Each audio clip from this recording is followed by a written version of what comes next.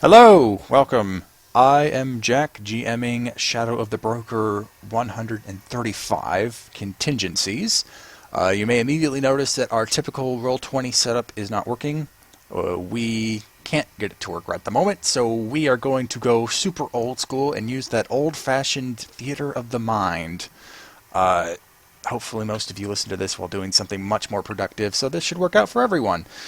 Anyway, with me I have a slightly smaller group of players, but we will introduce the characters that we'll be playing thusly, starting with Dan. Hi, I'm playing Aiden. He's a Corellian Fringer pilot, and he's interested in seeing the downfall of the Empire and tracking down the guy who swindled him out of a ship so many years ago. And next up we have James. I'm playing War Chief Nardell of the Razor Tusks, a Whitfid Guardian who joined the team after running into some agents investigating a lost starship facility on his home planet of Tula. Leslie.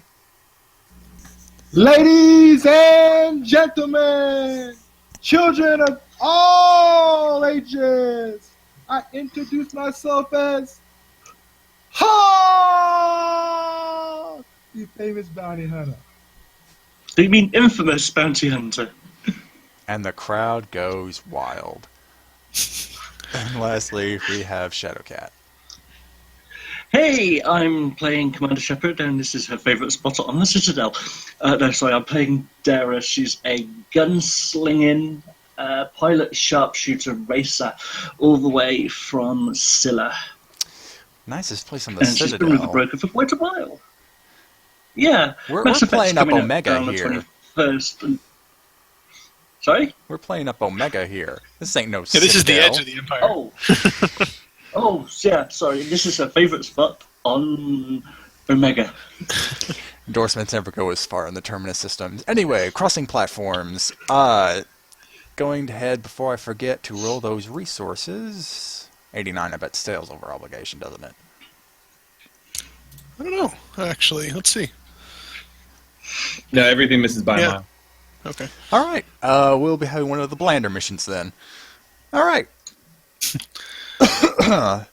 Starting off, you all find yourselves quite quickly hustled on to the Sunflare as N1M3 makes his rounds around the base, calling comms.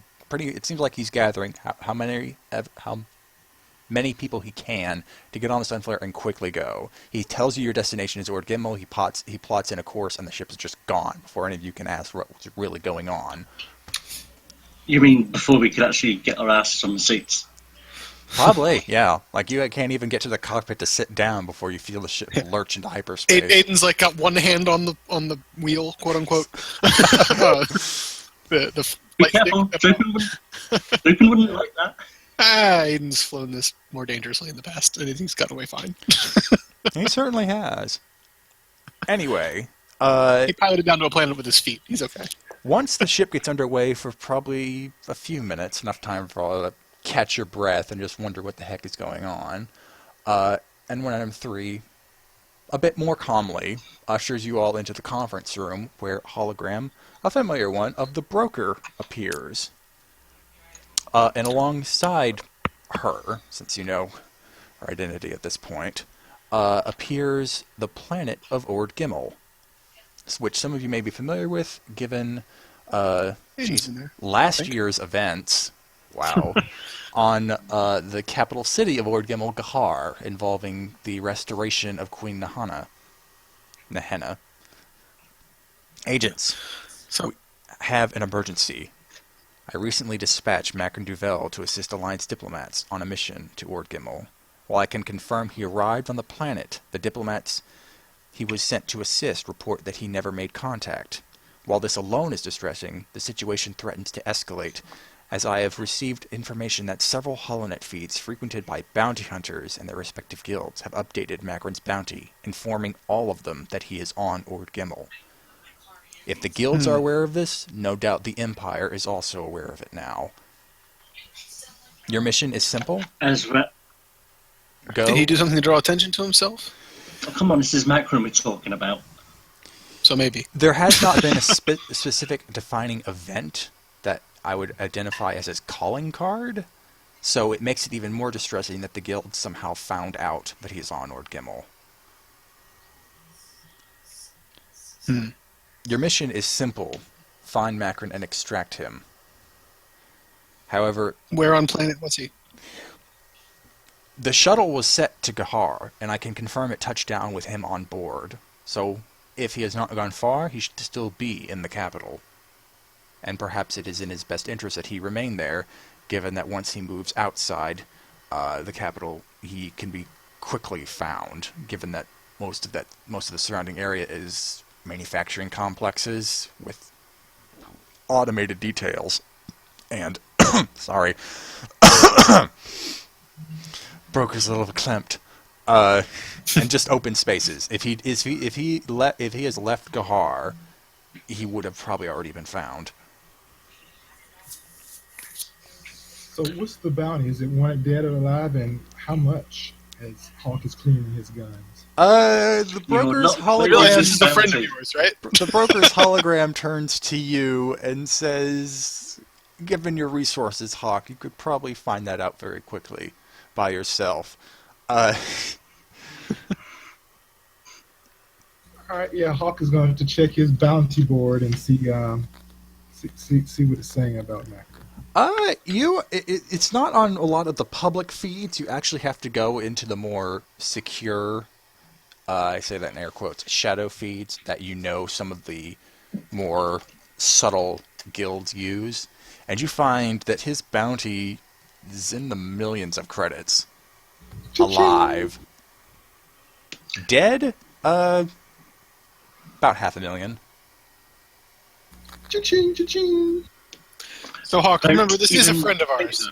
Don't shoot him. Oh, but the dead bounties are contingent. Both bounties are contingent upon him having a certain sword with him. Really? Even if you turn in his corpse, if he doesn't have the sword, you get nothing. Just for a refresher, his sword is Meister, right? Yes. Or is that a spear thing? that he Nope. had? Meister is the sword. Larer is Gotcha. the spear, and that's definitely less well known. Gotcha. All right. Any further questions for the broker? She will tell you that there are not a lot of assets on planet that aren't rebel affiliated. She recommends that you probably start with the diplomats, probably to get a good lay of the land before you start your search. Also, do we have any contacts with their? I assume there's a spy master or something similar for Nehenna, and we are on good terms with her, so we could potentially get in touch with her spy network. The broker gestures wide, and all assets you think you should call upon, but I do recommend talking to officials that knew of Macron's presence on the planet beforehand. Involving Was the Empress aware? Queen. Sorry. Queen. Sorry. She was not told directly, but it could be assumed that she may have been made aware as part of the plan. Again, the Alliance diplomats would know more about that than I would. He was technically on loan, if you were to give it a better term. Mm-hmm. All right, we'll talk to them first then. All right. A few more hours pass before the Sunflare out of hyperspace above Ord Gimmel. I'm sorry, I don't have my sound effects with me either. Well, that was a good one, and it worked. And I'm like something going down the toilet. thanks. And with Aiden's skilled piloting, you're able to dip into the, Ord Gimmel, while not exactly kind of a core world in popularity, I mean, it's located in the expansion region, it's pretty busy. It's a pretty important manufacturing hub. So civilian traffic's kind of dense, but with Aiden, that's no worry. You're able to pull into Gahar and find that there is actually a set of landing coordinates given to you by the they not publicly recognized as rebel diplomats, of course, but with a certain Chandrillan delegation that has established an embassy, who happen to have a private hangar you can land at. Convenient. Yes, and as you land, you actually see a couple white-robed you can assume Chandrillans, which are just humans from a specific planet, Chandrilla, come out to meet you.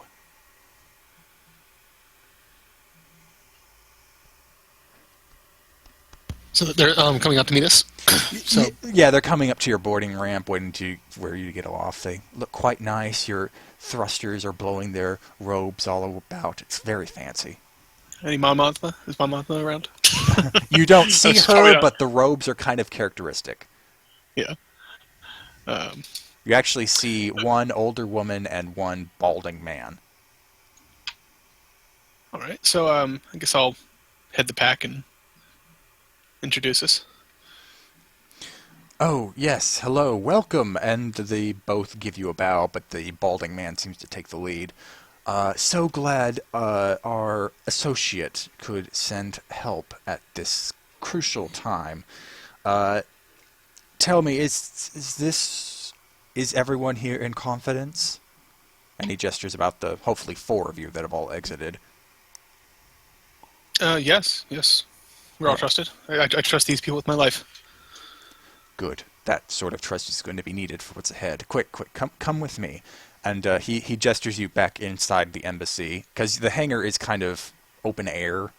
It's basically the roof of the embassy. So he gestures you inside, and you follow him, and he takes you into a modest-looking lounge area. Looked like it's probably set up for casual meetings. But you see him shut all the doors, dim the windows, and put a small little device in the center of the room, which Aiden, at least, probably Bug jammer. Dara, too, would recognize it as a local comm jammer. So Aiden will kind of lean forward and like steeple his hands together and say, "So, what are we looking at here?" I'm afraid the situation has developed even worse than our associate was able to be aware of when we realized Macron had gone missing. Several hunting guilds have established presence on the planet in the recent hours, and it appears that the resistance movement on the planet, the one that originally was competing for control in the Queen's absence, it has also grown more active. It seems that several of our enemies are trying to converge on Mr. Duvel for whatever gains they hope to achieve. Some may know of his connections to the Burke network. Some may also know he established his own network, and some may simply just be after his bounty. Whatever the problem, unfortunately, there are very few people in Gahar that we will be able to trust to solve this matter to our own benefit. Do we know? Do we think that the resistance may have instigated this? We're not sure, frankly. All we know is, first, Macron's shuttle landed. We waited here at the embassy for his arrival, as was arranged, but he never came. The shuttle, it was deemed, should not have landed here, just to draw a bit less of a connection between Macron and the embassy. The Queen has not been made aware of his presence. We believed it was wise that she did not know he was advising us during these talks, given his recent interaction with the royal family. Mm-hmm. What about the royal information network? Do we have any kind of access to that? You have access as trusted friends of the Queen, but I'm afraid I must recommend, if you use it, not directly tip your hand as to what you're searching for. All right. For the first instance, because of the strained relationship the Queen would have with Macron, and also because the Queen has to walk a delicate line. While she does support our cause, she must still make overtures to the Empire to keep Imperial reprisal from harshly affecting Ord Gimmel. Currently, that has mostly come from sustaining contracts with several of the corporations heavily involved in Imperial manufacturing, while at the same time, of course, giving us access to the industrial parks on Ord Gimmel. So, Plausible deniability can be a good way to keep that. indeed, we intact. also do not want to perhaps leave a hint in the royal court that Macron could be turned over for favors from a very influential family in the Empire. If anyone thinks they could get influence with the Duvels and further cement the Queen's position in the Empire, that is a bit too risky a proposition. So, What about the Zon Consortium? are they involved at all? If they are involved directly, we are not aware. They could be supporting one of the bounty hunting guilds that have recently set up shop. We have our friend Hawk here is a bounty hunter himself. Perhaps we can use. You may have heard of me, right? In my adventures? Aiden will whisper to them, "Just say yes." The older man squints at Hawk for a second, then as Aiden leans in, he goes, "Oh, yes, of course, Hawk. Yes, when we were doing our research on the hunting guilds, you were one of the first names to come up, right next to Boba Fett, of course."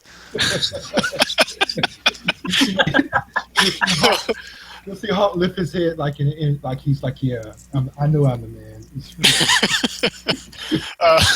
So, and Aiden will give a little nod, and then and say, so perhaps we can take advantage of his skill set and perhaps go straight to some of the bounty hunters. Do we know who was first, or at least among the first? Well, he gestures over to the woman who actually has a couple of, just one. She's been flipping through a David pad as you guys have been talking, and she hands it over to you, and then she starts talking. It seems like she's the one who's been briefed most about that part of the situation. Mm-hmm. Well, we have identified 3 guilds that seem to have established the heaviest and probably most localized presence on Gahar since the news, I guess if you could call it, broke. One of them is the Ghosts. Not much is known about them other than they had training in the Republic military during the Clone Wars as sort of a black ops squad. They did break away when the Empire formed, but we are dubious of their actual loyalties since they still have accepted Imperial contracts from time to time. Do you have any more information on the Ghosts? I'm afraid this is all we have. They do like to keep to themselves. When contracts are arranged with them, it's always through a broker, and that broker never seems to be the same from job to job. They like to seem to maintain a middleman between them and their employers. But we know they're involved. So yes. Do we know where they are? As for if they are based in any location, we are not aware. We simply have gotten word from our contacts in the lower city that they have been approached. Yes, basically. Another guild that has made some noise are the Hydian Hunters. These are more your typical hunting guild. They make enough noise for us to know where they are, but they sort of have a pack-like mentality. Several groups of them have spread out all over Gahar and seem to be doing their own separate investigations. However, there have been times they've crossed paths with the remnants of the family cartel, and it seems that they still work as a cohesive unit. When one pack runs into trouble, several other nearby packs do converge to assist. We believe that if they found their target, they may end up swarming all over them. All the packs. So they're very numerous? Yeah. No. Yes. Out of all the guilds we have looked at, they are definitely the most numerous, but they're also the most sort of segmented. Mm-hmm. What is their command structure like? I don't know if we have that information, but I could only speculate, but I would imagine there is some sort of local authority and then a higher authority that coordinates the different packs. But that is so they're kind of like separate cells. Sort of. That would be my best guess. So, if somehow we could gain access to something, we could actually send them on a wild bantha chase, so to speak. That would depend on who you were able to talk to. If you were able to convince one of the pack leaders to go somewhere, that could certainly get the group that was messing with you. I don't like that term. Molesting you. More official but less appropriate. Ew! Yeah. You can get that group off your tail very easily. However, finding whoever is coordinating all the packs together may be a more difficult task. We have not located them. I guess, do you have any identifying features on these bounty groups? The ghosts, we have no identifying characteristics. We've only had rumor that they're here. For the Haitian hunters, they have a more regimented and organized structure. You can actually, in the data pad, there is actually a symbol and a certain characteristic to their members. They seem to hire from a wide variety of races, but they all seem to have this giant kind of S-like mark on their armor, on their chest, basically representing the Haitian way. Okay. So they should be pretty easy to identify then. Yes, they wear it loud and proud. Finally, the last guild we have identified as having a major presence are the Gear Grinders. And unfortunately, we have located them only because we have detected several hacking attempts against a lot of local infrastructure. These groups like using droid shock troopers. They have a very small number of actually trained combatants, but they are all organic combatants, but they are all highly trained in computers and mechanics. And they like to find their target either through very hard to detect probe droids or just infesting the local network with computer bugs to detect whenever their target accesses the system. Eek. That's tricky. And that is why we have taken these precautions, and they just are at the comm scrambler they put in the room. Do you know of anyone that could potentially assist us with these things? I don't know if we have any highly skilled technicians with us today. Actually, as an aside from player to player, does any of us have good computers? No. Yeah, I didn't think so. Dara's got 2 ranks. In It's not computers. bad, but I mean, considering you have like what 4 in, right? 3. Oh, 3. So it's okay, but I don't know if we'll be a bunch of dedicated hackers. I'm afraid our delegation here is mostly equipped for diplomacy, not combating these desperate elements. Apologies, I didn't mean you yourselves, but if you knew anyone we could get in contact with.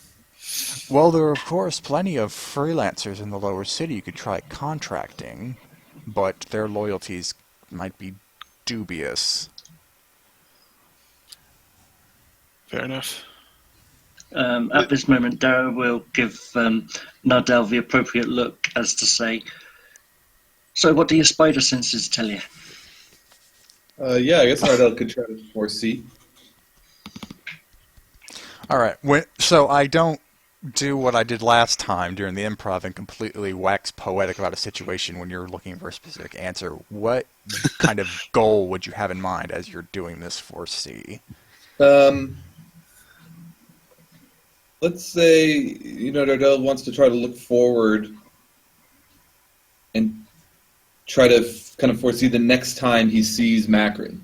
Like, specifically focusing on Macron and that kind of angle. I mean, I think with 4C in particular, you're not really directing 4C. I think it's just Well, I meant not something that, the next day. I'm just trying. I just know what I did last time that was completely off kilter because it goes too forward to what I like and not what actually helps you. I wanted to know what I should skew because I know the Force works in mysterious ways, but I think some sort of mental application goes into it. If you're looking at how do I, like, what's beyond this door, you're not going to find out that, oh, well, then there's this guy who had a lonely family, and you can see him alone in the lounge. Yeah, that sort of stuff. So Well, yeah, sad music plays in the background. don't be surprised if the direct answer of when will I see Macron isn't answered, but your focus is on Macron specifically. Got it. Correct. Yeah. Yeah, I knew it wouldn't be like literally like, oh yeah, in like 45 minutes you're going to find it behind a shed, kind of. It's like, oh yeah, he's right over there. Yeah, go figure. He was right outside. All right, go ahead and roll. All right. Yeah, so that'll give me, I think, the base power plus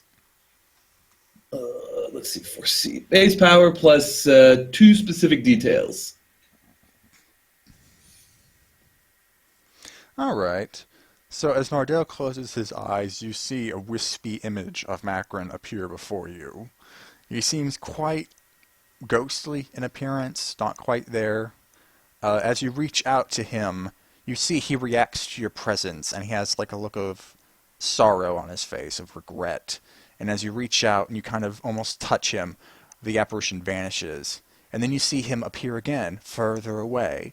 But as you reach out again, you find that your hand is just one of many. You see a robotic hand. You see a very scaly hand. You see a black gloved hand, and so on and so forth. You see probably about 6 other hands reach out and try and touch him, but he vanishes again. And as all these hands just collide, you feel like your hand just kind of gets lost in this tangled mess, almost like a knot. Like you have to strain a bit just to pull it out again, to finally realize that, hey, your hand hasn't just fused with all these other hands. And as you look further, and the hands still remain all knotted together, almost like they're in some sort of combat, just with their fingers. You see the ghostly image appear even further away, and you hear these whispers cross your mind. Yolan, I'm so sorry. I have to do something to make it right. And then you hear a woman's voice, one you're not familiar with, echo,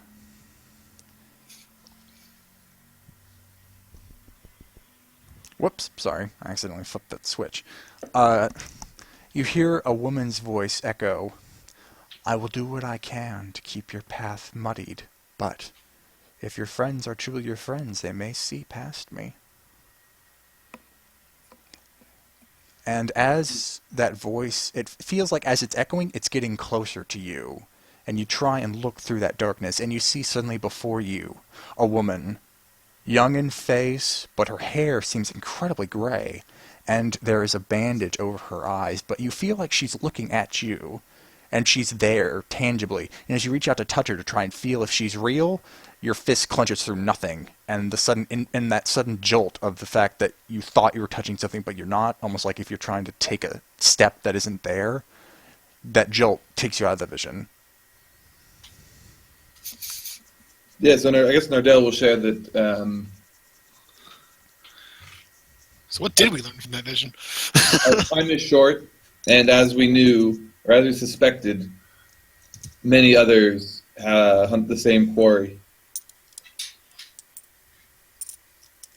So we should begin our investigation. And We should. All right, so, should we start with his shuttle? Or was it like a public transport thing?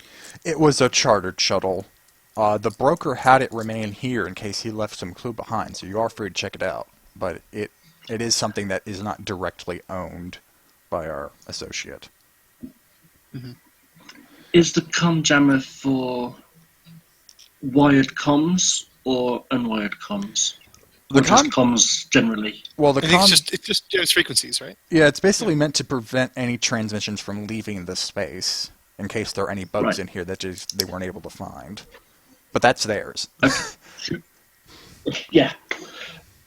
Like, we need this. We're going to talk about a lot of secret stuff. Yeah. I was just thinking that Dara would probably, after this, would go to a place where the comm jammer, well, a secure area, and try and communicate to Macron. All right.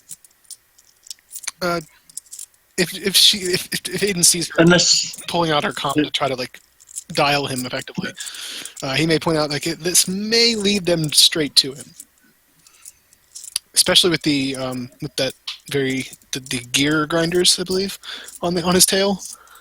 That may not be the best idea. yeah, I think that makes sense. Okay. And someone's in the counting house counting out their money. Yeah, sorry. I got a whole bunch of quarters today. So naturally, you have a stack of them in front of you, and you're clacking them together. 'Cause that's what you have to do when you have quarters. I need something to do with my hands. Yeah. Okay, that's just not good. What All if right. we? Yeah, maybe we should go and start investigating. I mean, our kind of place we last knew of him is that transport. So, like, we might not find a lot there, but it's the start that I think probably makes the most sense. It could give us a trail of breadcrumbs to follow. Right. Exactly. Yeah. Hawk will mention that he can also maybe reach out to Imbo, and maybe if Imbo can um, give us any information, he could shoot it over to me. If he's willing. I don't know This how is cooperative really he is. credits we're talking, and for a group of people who aren't really known for their ongoing loyalties. Well, if you remember, Hawk kind of works for Imbo, so Right, but kind of works for someone when it comes to 1 million credits doesn't mean a whole lot. I mean, we can try it, but I just want to have us keep it in mind that there's a lot of money on the line. Well, it also depends, like, because, I mean, Embo is among the more honorable bounty hunters, I assume. Just from what I've seen of him. And he may appreciate that, oh, hey, this is a friend of ours. We don't want to actually take him in. Could you help us find him? Sure. Yeah, well, I agree. All right, so it sounds like just something to consider. Yeah. okay. So yeah, they can give you the address of the local shuttle port where Macron shuttle touched down. And it'd probably be a short drive away if you want to take that downtime to call Imbo.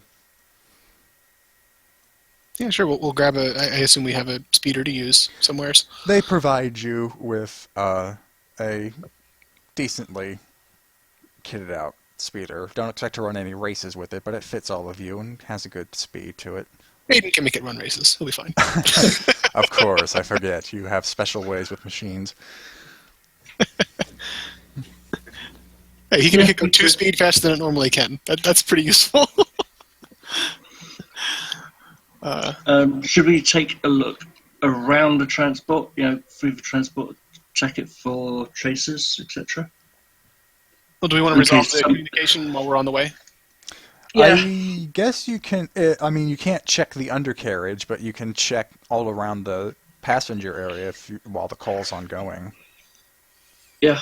All right. To search for bugs, go ahead and give me a hard perception check. I got this. To call Embo, you have his number, I assume, right? Yeah. All right. Yeah. Now, if he answers it, that may be a different thing. We probably want to make a roll for that or something like that. Make it interesting. Well, yeah. After you dial the number, it takes a couple of minutes, but you do get a response, and Embo's hologram comes in. It's like, oh, Hawk, what is it? It's been a long time. Yes, it has. I've been practicing, shooting, and I've been working on my craft. But I've got a bounty that I kind of want some help on. If you know of anything, if you could. Well, what's the If job? anything comes up, he'll tell him the job. It's Macron. He's missing. He'll send him the link that's on the bounty board that he had for $1 million and all that kind of stuff. Oh. Embo looks at it for a little bit. He rubs kind of the lower part of his face. It kind of turns into a neck, I forget. He rubs his neck chin. And then he looks up to you and says, "The ghost took this job. I remember it. Hawk, if you're going after this job, be careful. The ghosts do not like competition, especially if their prize is before them." Right. Can you give us any information on the ghosts, like their location or Or at least what to look for. what how they look and stuff like that? They blend in. They're all human. They seem to have carried on the Empire's homocentricity. But other than that, they blend in. There is little that distinguishes them apart from the regular crowd. Okay, so they're basically assassins and stuff like that. Probably small arms fire if there's any arms at all. Well, they have They have their means. I've seen them take out a full blast rifle what seems out of nowhere in just a few seconds. Maybe some.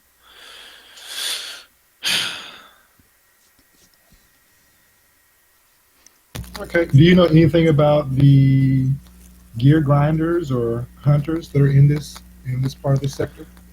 You tell him about the gear grinders and the hiding hunters, and he seems to give them a lot less deference. Mhm. For the gear grinders, just assume all technology around you is going to be unreliable except your own blaster. And heck, if you start charging that might stop working. Hiding hunters, Aiden will hastily inspect his blasters. they're fine. You know every notch on that barrel.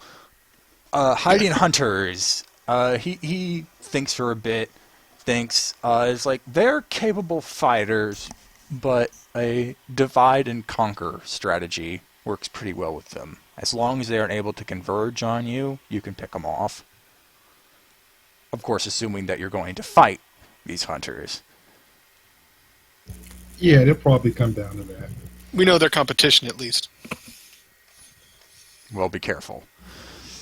When hunters start throwing around their valid licenses, you may see civilian governments turn a blind eye. If you're all going after the same target, though, wait, Macron Duvel. You see him turn away from the hologram for a bit and look something up. And he turns back to you and says, "Oh, yeah, I forgot about this contract. You need to be careful around it. It's open until delivery, meaning that a guild cannot claim it until they claim the reward." That sounds dubious. It means... So, what Hawk would know, as a bounty hunter, is that if there is an official guild, they can use their license to be authorized to hunt after a specific individual. Law enforcement officials and governments kind of give deference to licensed hunters as long as they are not causing too much damage. Given the fact that Macron's is an open contract, it means that the standard procedure of one guild claiming one contract is kind of gone away. Anyone can go after the contract since it's open until delivery.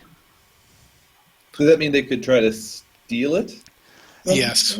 Yes, it means... With no repercussions. Yes. It means as long as they don't start just blowing up, they don't start just terrorizing the populace, they're free to compete with one another over the target. Because No, I meant once someone has the target, in custody. Yeah, it seems that this competition could go all the way to the Devel's doorstep, where they finally are able to turn him over for the reward. Got it. Okay. Maybe that's our plan. Would Hawk know if that's a common occurrence, this kind of contract? It's not. It brings on way too much liability. Would it be safe to say that that if this was set up this way, that it was probably someone that could pull strings that set it up? It's not okay. It's a rare occurrence because of the liability, but it is not an impossibility. It's just whoever puts up the contract needs to be ready to shoulder the risk of whatever the bounty hunters damage. Gotcha. And given the resources of the Duvel family, you can assume that they could probably easily shoulder the risk. Mm-hmm. Well, as always, Imbo, I deeply appreciate your help. Hey, if you end up collecting, don't forget who gave you the information. Oh, the deal, you'll get at least 50%, man. He tips his hat and then cuts the communication. Now, for the search of the ship for the bug, I assume you're using Farsight to mitigate some of that threat? Yeah, so it'll end up being the one. Okay. You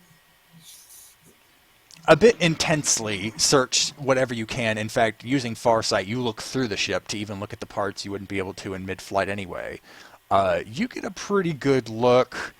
You're not seeing anything that isn't a part of the vehicle. You can be safely assured that it's not bugged, but your eyes hurt a bit afterward, taking a strain. Lovely. Okay, so where do we head first? What was this at the?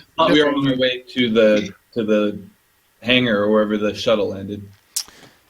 Yes. Okay, Dara's going to use the urban compass to get to wherever his shuttle is to give you the fastest route.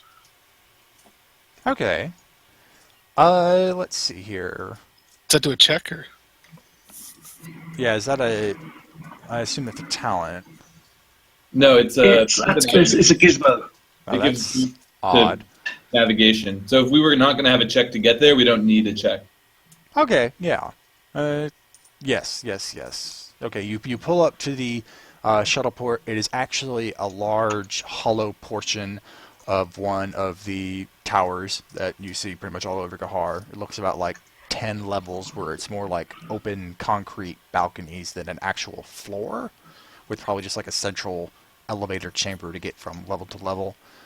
You pull in on the lowest floor, which seems to be open to civilian traffic, and we're told that what you're looking for is on level 5, the Jetta 5 class shuttle, made specifically for private, very luxurious transport.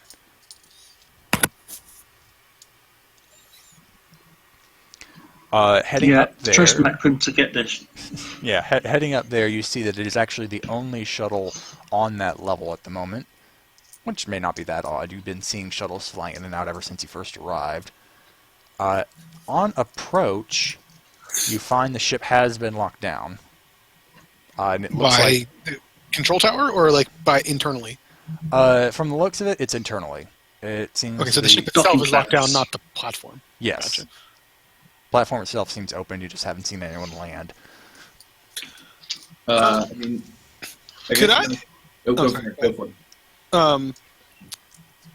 It's a space shuttle. I'm curious if Aiden could use kind of a piloting space role to kind of just know the best way to kind of like, oh yeah, this shuttle has a trick thing, or you know. I'll do Curious it if that's a thing if you know, given I'd say flip a destiny point. I'll allow it. All right. But that's going to be the destiny point that you flip for the roll. You can't flip to upgrade now. Oh, that's fine. I have 6 yellows for piloting space, so Okay, well, good. Just What's the wanted to make difficulty? sure that was clear that you can't add a green. Go ahead and give me, let's see, it's a probably well-known model. How familiar would Aiden be with kind of like the upper scale, not very fast, but very luxurious transports? he probably would have flown a few here and there as like contract jobs, but wouldn't have been intimately familiar with them, All right, go ahead and give me... unless it's Corellian make. Oh, it's not. It's like, this is Kuat stuff. It's too boxy. I'd say, given that you're trying to intuit an answer instead of actually getting in, give me a daunting check. Okay. And go. I like that. Oh Wow. my god. I like that a lot. That is obscene. That is just obscene. So you walk up to the landing strut, run your hand against it, and then you kind of key a small piston in the back and kick it, and then the ship shudders for a sec before the boarding ramp just clonk, punk, and falls down. Right, you're going nowhere near my ship. Magic fingers. My wife is marveling in the background right now. I don't want to know what those fingers can do for I hope someone screen. I mean, I'm recording, but someone need to. I screenshotted it. Yeah, for the sake of posterity. You walk up and you actually find that whatever you did to the landing piston has actually caused the electronics on board the ship to seize up completely.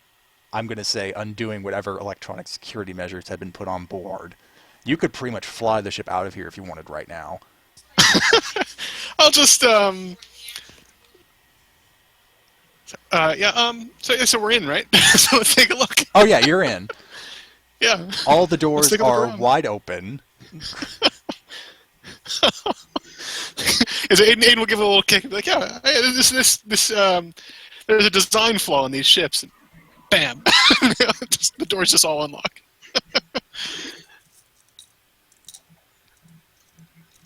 I think maybe you found out that the ship was probably a bit more of a lemon than it let on. Maybe this whole model was kind of flawed, but Yeah, I mean, looked nice. the whole line Bought was it anyway. flawed, but what you did behind the landing strut, you recognize it. Oh wait, no, the whole line is flawed, but this is one of the like lemon models that no wonder it's been chartered. No one would bother to buy the damn thing, and this is why. Punk. So yeah, the ship is completely unlocked. You find that it's almost like a small apartment. There's a cockpit. You walk up into like a lounge area, and in the back there seems to be like a master bedroom. You see that there is actually a small computer terminal built into a very nice looking wooden desk. It's elegantly carved. It would almost look like it was made of worsted had it not been lacquered so thickly.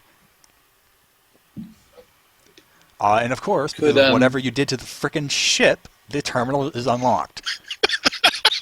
It's all just the ship is just on like all access mode. Well, it's like yeah, all the in lights. like maintenance mode. Yeah, all the It's lights. in maintenance mode. All the lights flickered, and you see like several probably work lights have turned on that are usually off because they look so kind of glaringly bad when they're on. But yeah, every nook and cranny is very well illuminated. And even when you walk into the cockpit, you hear a nice chime. It's like, "Hello, dock worker. Please direct my assistance to whatever station you require." There we go. I think we still have a Triumph left, don't we? Okay, no, okay. As you look at the cockpit, you look to see that actually, the scanner is running in diagnostic mode, and so you see it pulsing. And you're noticing a lot of the typical civilian traffic. We also notice on the long-range scanners that there is a heavy cargo ship cutting towards this shuttle port, probably about 10 minutes away. But a ship of such size is nowhere to park here. So do we have like a? I assume these things have like a kind of a the ship identifier things going on. Can we tell like what the name of the ship is, or? You key up the diagnostic to scan, and you get a readout. I forget the ship type, but if you've seen the Clone Wars, it's that heavy cargo ship that has like the cockpit sitting over the cargo bay, and has like the two large engines on the side that twist. I'm vaguely familiar with what you're thinking of, what you're talking about, but I can't remember. So it's It's like pretty much. It's either an upper scale Silhouette 4 or lower scale Silhouette 5 cargo ship. The transponder keys back. Actually, yeah, it keys back a garbled message.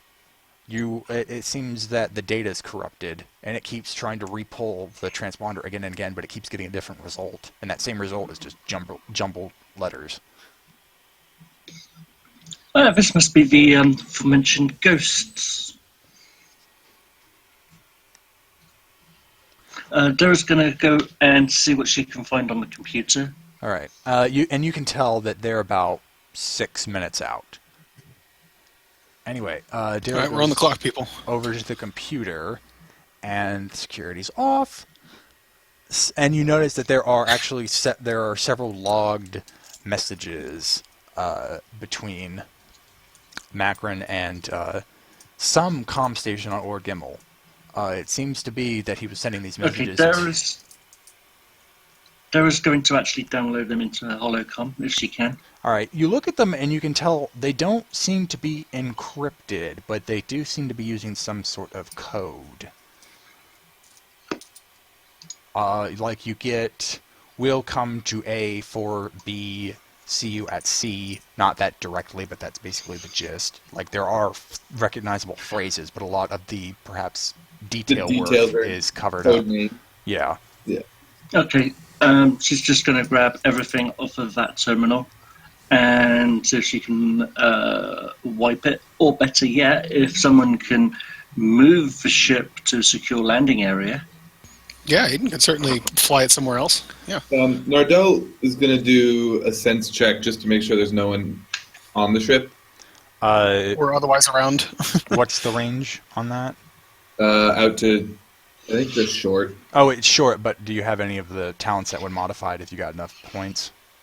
No, I think it's That's all. Okay, go ahead and roll it then. Let me just double check. Yeah, I could have sworn you could sense farther than that. I've gone only down the left side. Oh, you haven't gotten those. Okay. Short. No life signs other than you people. Excellent. Okay. Would that cover the whole ship, you think? Yeah. Okay. Or most of it? Yeah, it's basically a silhouette 4. I'd say everything in it is short. Okay. But you do not, if like anything on the landing pad, that's outside short. Great. Yeah. All right, shall we move this party somewhere else so we can search with plenty of time? Let's do it.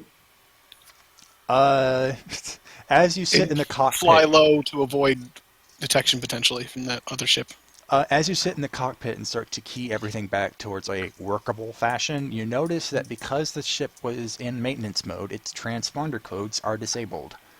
You can reactivate them if you wish, and that would help get you past civilian flight traffic, or you can leave them disabled and perhaps make it a bit harder for the shuttle to be tracked. But stand out as not having. Yeah, not having it is a kind of a big... It's like not having a license plate. Like, Right. you're going to get pulled over immediately or whatever. You know, You might have a good reason for it, but yeah, it invites investigation. could we theoretically put a new... No, like I said, forging that would require a lot more than just changing the name on it. Because you'd have to kind of go to the... You either have to have a system to do it, or somehow fool the boss into... Okay, well here's the thing. Your ship has been in maintenance mode. Getting to the transponder is probably a lot easier than it would be standard-wise. So let's call us the Light Side Dreamer. Okay. So yeah, do you think you can mess with the transponder on this thing?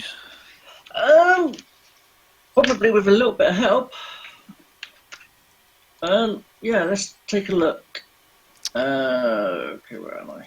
I assume that would be computers. Yes. There's a check listed for it, actually, I think. Yeah, special. yeah? I think it's in Fly Casual, but I think it's like a hard computers check. That sounds right. I'm gonna say it's an easy one. Again, maintenance mode. Okay. So that's... What was that? Sorry, I missed that. One- Easy. Alternatively, it could be armed with a bunch of boosts too. It's 1 purple. Okay. One purple. Okay. Oh yeah, Aiden unskilled assists that. I would say. All right, you people need to be certain of this, but okay. Oh, sorry. Wait. I didn't realise you wrote. Sorry. I can't just have everyone rolling people. Come on. I'll let the success go, but if someone's gonna say unskilled assistance, that needs to be done before the roll even happens, and the person Well, she asked for rolling. help, so I assumed that was going to be involved. Well, Mental point. it needs to be open. It needs to be openly declared. Fair enough. All right, I'll let this one go, but be Slap on the it. wrist. Don't do it again. Yep, gotcha. Okay, success with 3 advantage. Yep. What do you want to name the ship? Light Side. No, sorry. Starlight Dreamer. All right. Sure. The Starlight Dreamer, ready to go. As you announce that the ship is departing, just to get clearance from the tower, you actually get a kind of muffled noise on the comms, and then someone comes What the hell? back. You know something else. Oh, okay. We see on our end that your transfer codes were corrupted. Yeah, all right. Starlight Dreamer, you are cleared. Apparently, the registry is to your favor. All right. Shall we? So Aiden Yeah. will fly as casually and as inconspicuously as he can away from there to some other safe landing spot. All right. Right to the embassy. As you pull, Maybe not the embassy. Well, unless the embassy's got an internal hangar. you having been there, the hangar is just rooftop landing pads. It doesn't have an internal hangar. But just moving it somewhere else at all is probably enough. So just a different spaceport. Yeah. So anyway, you pull off, and you notice that the cargo ship continues on its course and pulls up next to the shuttle port, and you just see this large door open onto level 5. But you've pulled away. You can't quite see what leaves it. You just know that it's docked there, apparently Oh, convinced. got electro binoculars. Or macro binoculars, one of If you want to look if you want to pass your electro binoculars to someone and have them look, Nardell has magic vision. It's true. uh, does it actually Yeah, magnify for I you can yet, or pass. does it just let you see in darkness? Let's see. I've got a lot more of far sight, but let's see things. Foresee. Enhance. Let's see. I can see through objects. I can see fine details at medium range, which I think would be the magnification. If it was planetary medium range, then it would help you definitely. But at this point, I can spend 2 pips. The user may not see as though from a spot within close range of my body, planetary. that would work. Yeah. If you have to roll, go ahead and roll. But yeah, that if you can activate that'll let you see. Sure. Yep. That is enough. So I can, basically project my vision to that spot. It unloads what appears to be a large contingent of cleaning droids. Like a large amount. You see like at least 25 of them just pour out of the cargo hold and just suddenly start moving all over the landing pad. Are there any identifying markings on them? Well, probably not. For Nardell, no. Okay. Probably Kuat drive droids. All right. So you take the Starlight Dreamer a good distance away, like just so I can think about it. Are you like taking it to the other side of Gahar, the next nearest shuttle port? Just the next nearest landing pad of any kind. Just someplace where we're not expected to be is all. Okay. Like not in the same spaceport, but a different. How about taking it? So the next available shuttle pad, so if you saw one that was perhaps closer to the ground, like not even in an actual port, would you take it there? If it was legal to land there, yes. Yeah. You come up and you see what looks like to be not really an upscale, but a popular cantina closer to the ground level of the top level of Gahar. It's a lot like Coruscant. You take it down to, I'm going to say the floor, and dock it there, and you see a couple of people take notice. Like they look up and they see, whoever's in that has a lot going on. They look impressed. Yes, clearly. And you set it down, and the computer immediately chimes.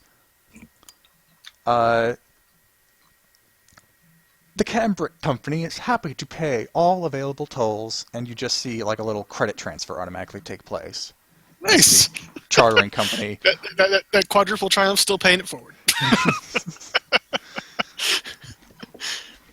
Anyway, so you have legally parked outside what looks like kind of ritzy cantina. A few other ships of a bit poor class are parked in a few other landing pads. And it looks like this is a pretty happening pad. People are coming in and out, some with drinks, some not. Nice place to get lost, if nothing else.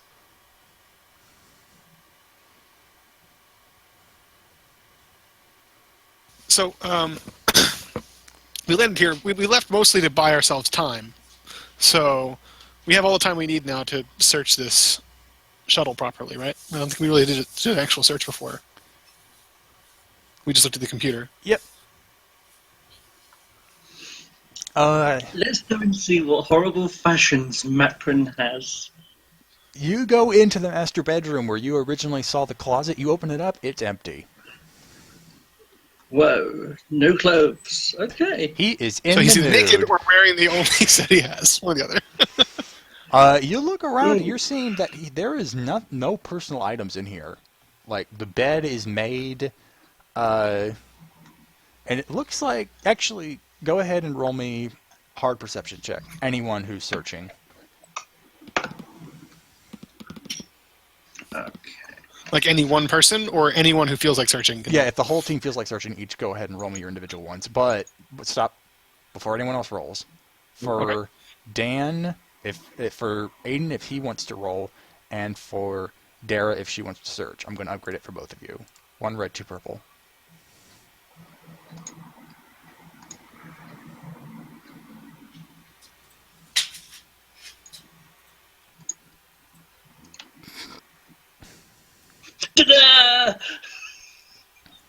Okay.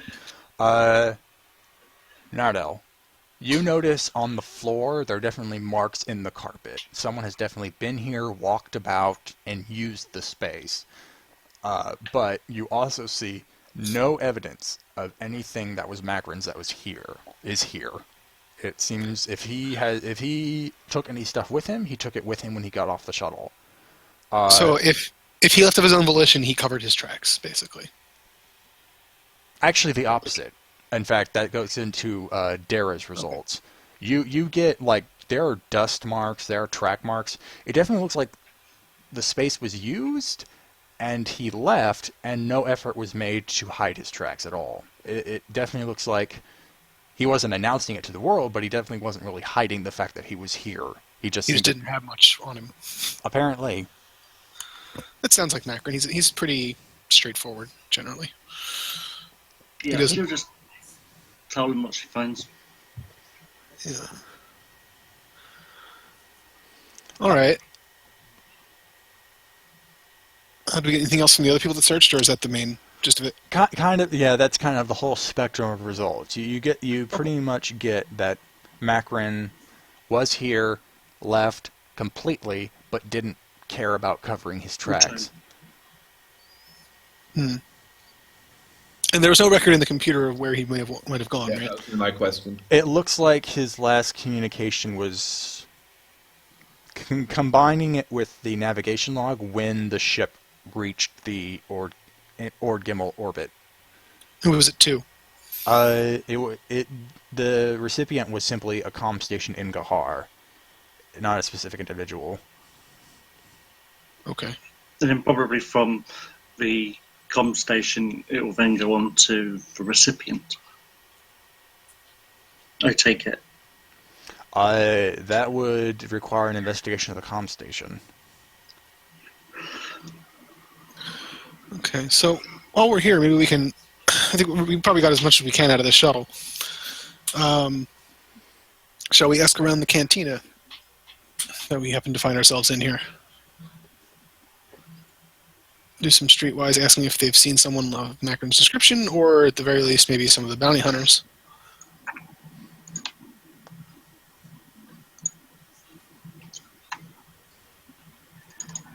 Yeah, we could. Hearing no opposition, shall we? So Aiden will, after everyone gets off the shuttle, Aiden will lock it down and What, reverse the magic trick? Unstick the piston. yeah. You should be glad no one noticed you doing that, or else you'd forget like a whole swarm of people just suddenly attacking the landing strut. Anyway, so you lock up the ship to the best you can, not knowing a lot about it, but not having any specific control over it, like officially. You go into the cantina. How do you want to fish for information? Probably ask around, maybe Buy a couple of drinks. yeah, buy a few drinks, ask people at the bar. Okay. Maybe ask the bartender himself. Since it seems like both Dara and Aiden are doing this, go ahead and separately give me...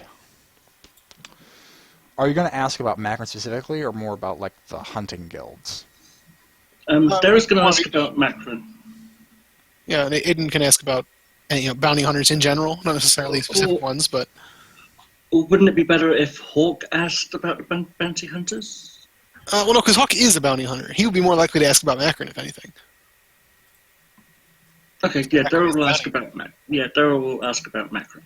Okay, Dara, go ahead and give me 3 red, 1 purple, streetwise.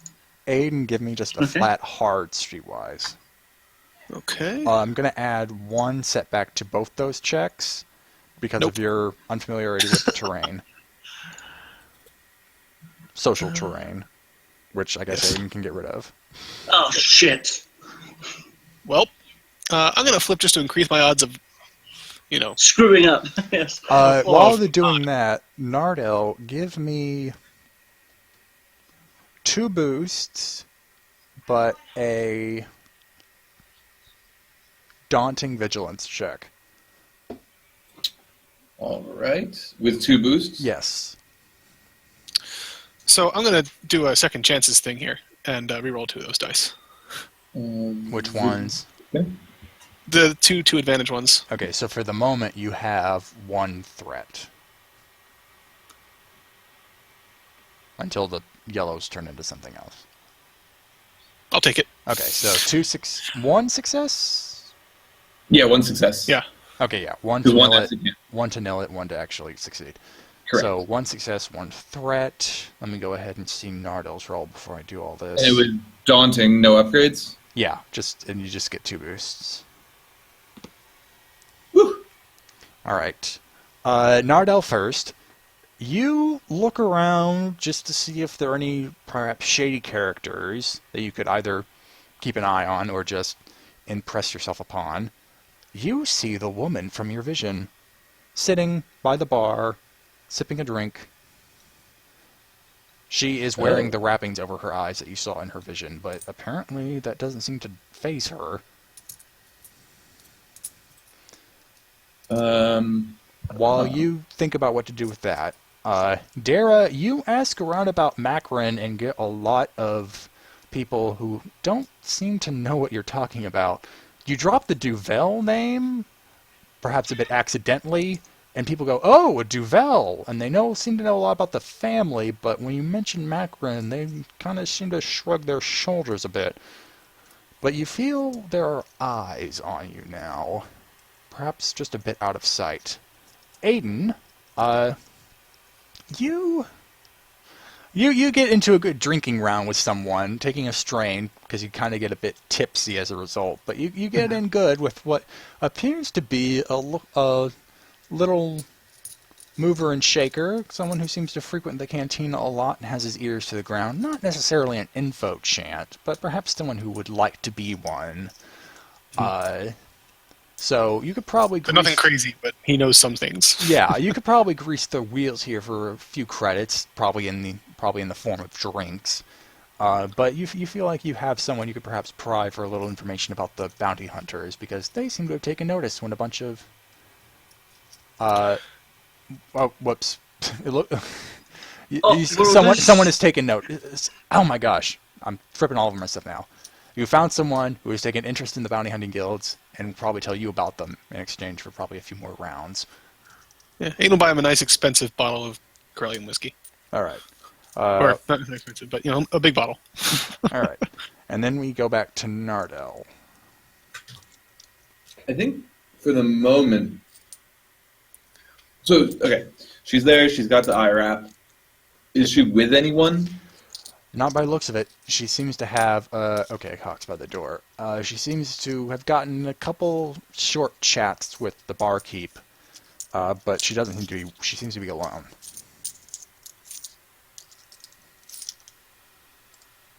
Sorry, that's the noise of people gambling.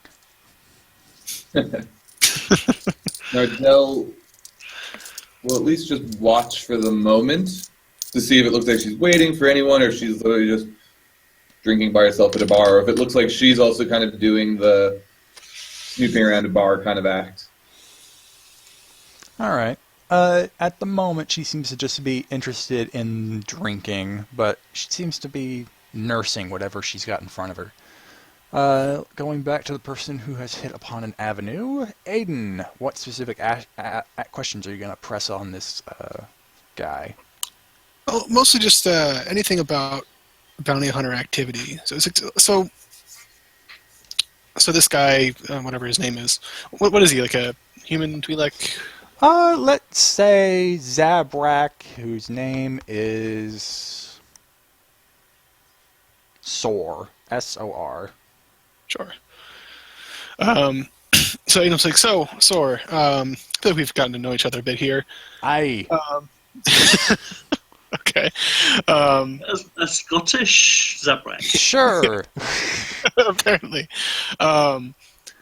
So I've been hearing there's a lot of bounty hunter activity around here lately. What can you tell me about that? Well, those damn Haitian hunters have been chasing people out of the lower districts for the past Oh, I guess it's just been a day. Oh, the drinks hit me a bit hard. They've been going around kicking people out of their homes for a little bit and then just moving on. It seems like whoever they're looking for hasn't decided to go on the ground down there. So they're just going door to door? Some of them. There are others who just seem to be sitting on corners day and night looking at people. Kind of give me the creeps. That's why I'm up here. Yeah, you probably won't see those types up here. Any other groups you've seen? The hiding hunters I know are kind of everywhere, but Well, there's some others around.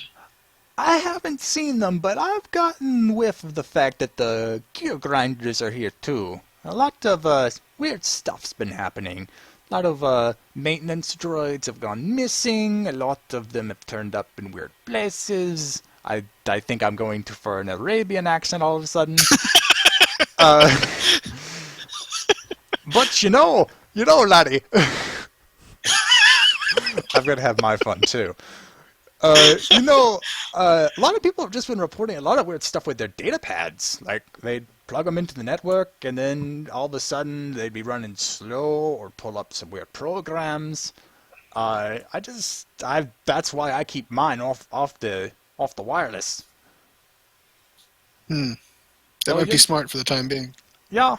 Also, you can never be certain when you're walking around some droids these days as to what they've got up their sleeve. Some of them got them staring at me. So, where has their activity been kind of centered around? Do you know? Oh, Has it localized to a certain area of the city, or has it been everywhere? gear for the gear grinders? Yeah. Hard to say, since I haven't seen an actual hunter of the guild. I've just seen their dirty work. Can't exactly say if they're localized anywhere or if they're just doing a whole sweep of Gahar. Yeah. Are there droids in the corner? Is that what it was? A decent in there. Well, there are droids in here. But Do they look shifty? go ahead and give me a hard perception check. All right. Oh, I am going to upgrade it once. I also will give you one boost because you're looking at them, trying to see if something's up instead of just looking for something shifty. Got it. You're noticing that they're taking for like droids trying to keep up a cantina. They seem to be You know looking. I had an extra yellow in there, so I'm just going to do this. For maintenance droids, they seem to be doing a lot of looking. The barkeeps kind of have to make eye contact to keep up that social thing, but you notice that even when they're like pouring drinks and whatnot, they're still keeping their eyes on the patrons. And a few of the janitorial droids who have no reason to look at people at all are looking up. And in fact, do you have any skill in computers or mechanics? No. Okay, then never mind that fact, since you wouldn't exactly know. But yeah, you know that these droids are definitely acting weird. Are they? They're not the same or similar enough that we would think that they were the ones that were just getting unloaded? Oh no, these are totally different droids. Like, Okay. a few of them are built specifically for pouring drinks and serving bar patrons, and other ones are made kind of for spilling up. I guess the janitorial droids are kind of like the sweepers, but they look like completely different models. Got it. So the ones we saw were specifically like sweeping droids? Yeah, these are kind of like made for wetter messes. Mopping droids? Exactly. All right.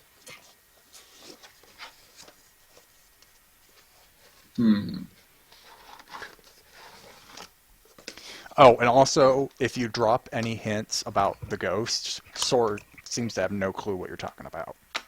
No, I was mostly just asking about other groups in general. Like, if that's all he really mentioned, and the ghosts, from what we've heard, don't sound like a group that would be known to your average person. So, Right, that's kind of their whole shtick. yeah.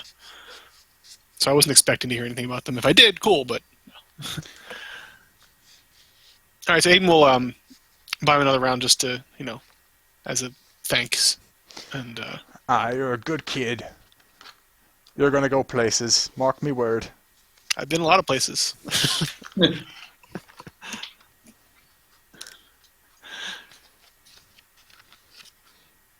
All right, so Aiden will kind of keeping one eye on the droids, kind of in case they do anything more out of the ordinary than they already are. He'll kind of go over to the rest of the group and kind of give them the nod that these droids are watching us. Oh, as subtly as he could. Well, they're not just watching you. You notice that they're looking at everyone. Well, they're watching. Okay. Actually, I have a thought for Nardell once you're finished. So he might not be back with the group. Okay. Aiden would be telling whoever's there, in a group. All right, so perhaps Dara and Hawk. Hawk is by the door, so I guess you kind of have to be making it look like you're leaving if you want to get most people together.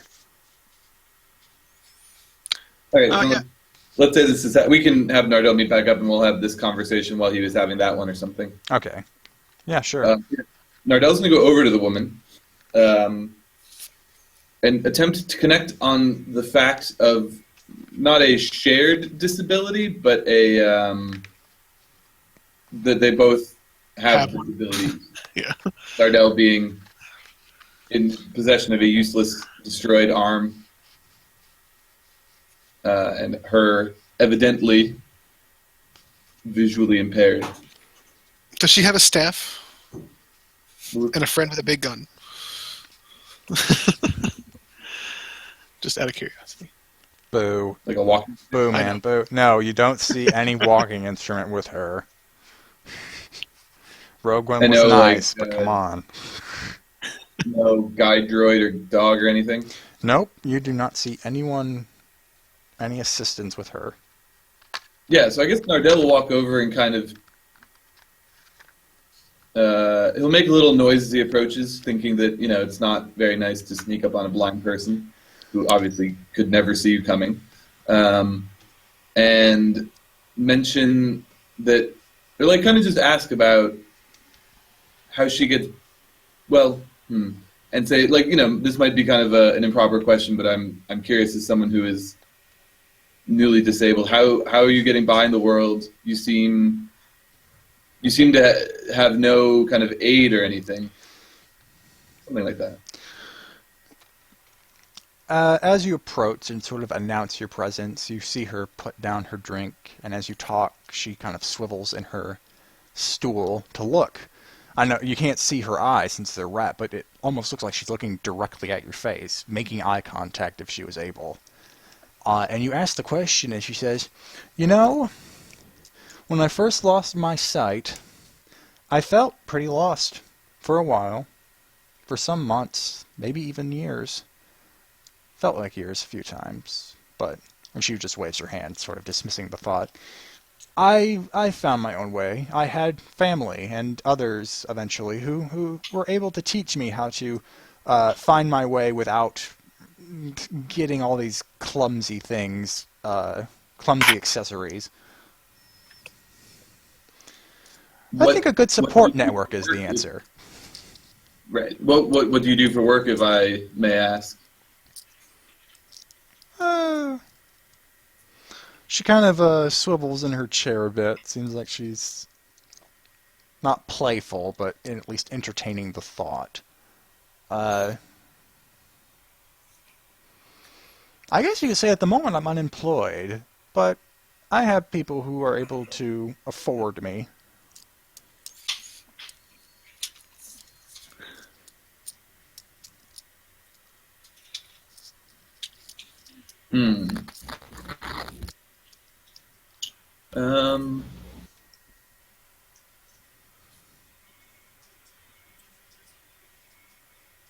Yeah, unfortunately, much Hawk to be is done going with that hypothesis.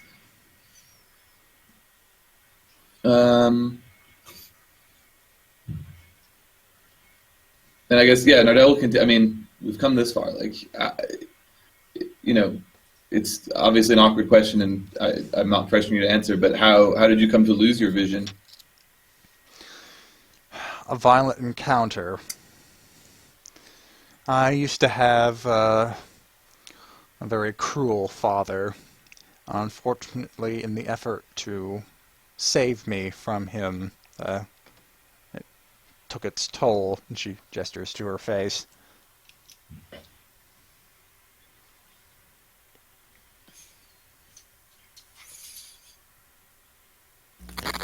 Hmm. I guess Nardell will head back to the rest of the group. I don't really see a whole lot of other angles here without.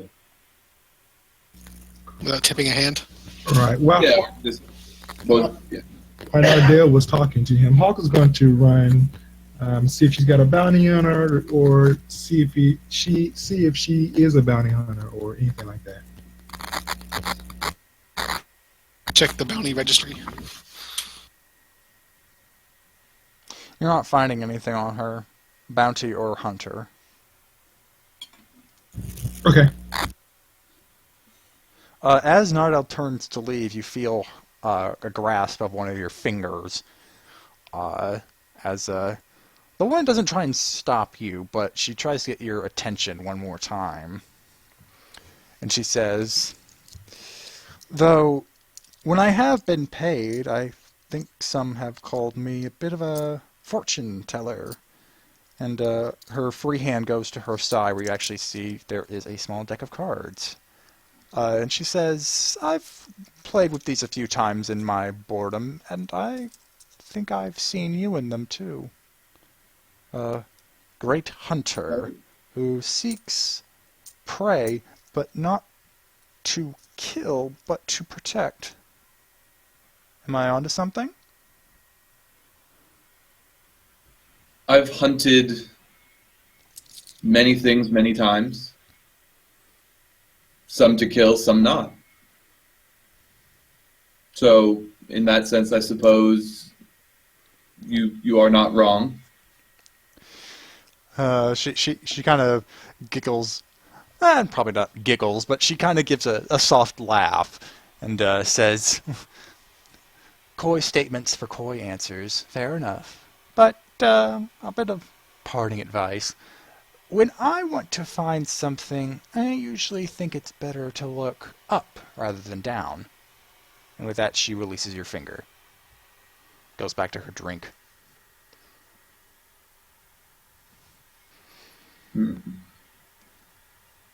Interesting discovery here. This is one of those moments I wish I had like Ward's foresight or something. But I don't, so it's not important. Yeah, I guess, so now that Nardell has something really interesting to go on, he's going to go back to the rest of the group, and I guess if we're going to start heading out, he'll mention that the woman from the vision appears to be force sensitive, and a practitioner of prophecy. That doesn't seem too surprising, considering how prominently she featured in your vision, from what you told us. Did she give you a fortune teller? Did you give me a what? Sorry. A fortune. She mentioned that I've featured in her visions as a hunter, though not hunting for the kill, but hunting to protect. I managed to make a useless half answer in return, but I'm not sure that she was fooled.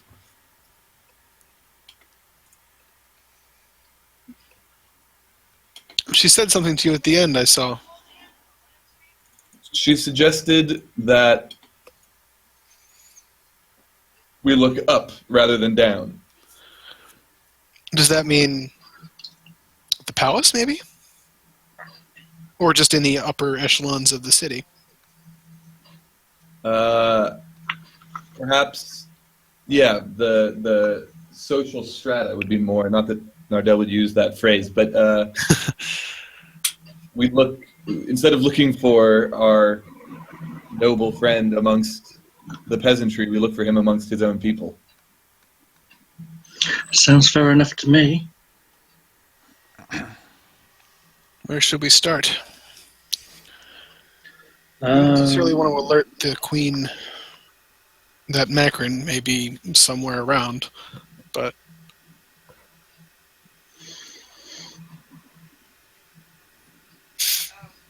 what is the past between Macron and the Queen? You remember he, specifically 1 year ago, Macron attempted, while under the control of his sister, Celia, to assassinate most of the royal family before the Queen was able to return to the throne.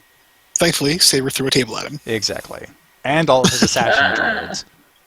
So the plan was foiled, Team but 3D. yeah, the plan was foiled, but the Queen has at least been somewhat made aware that there was a plot to.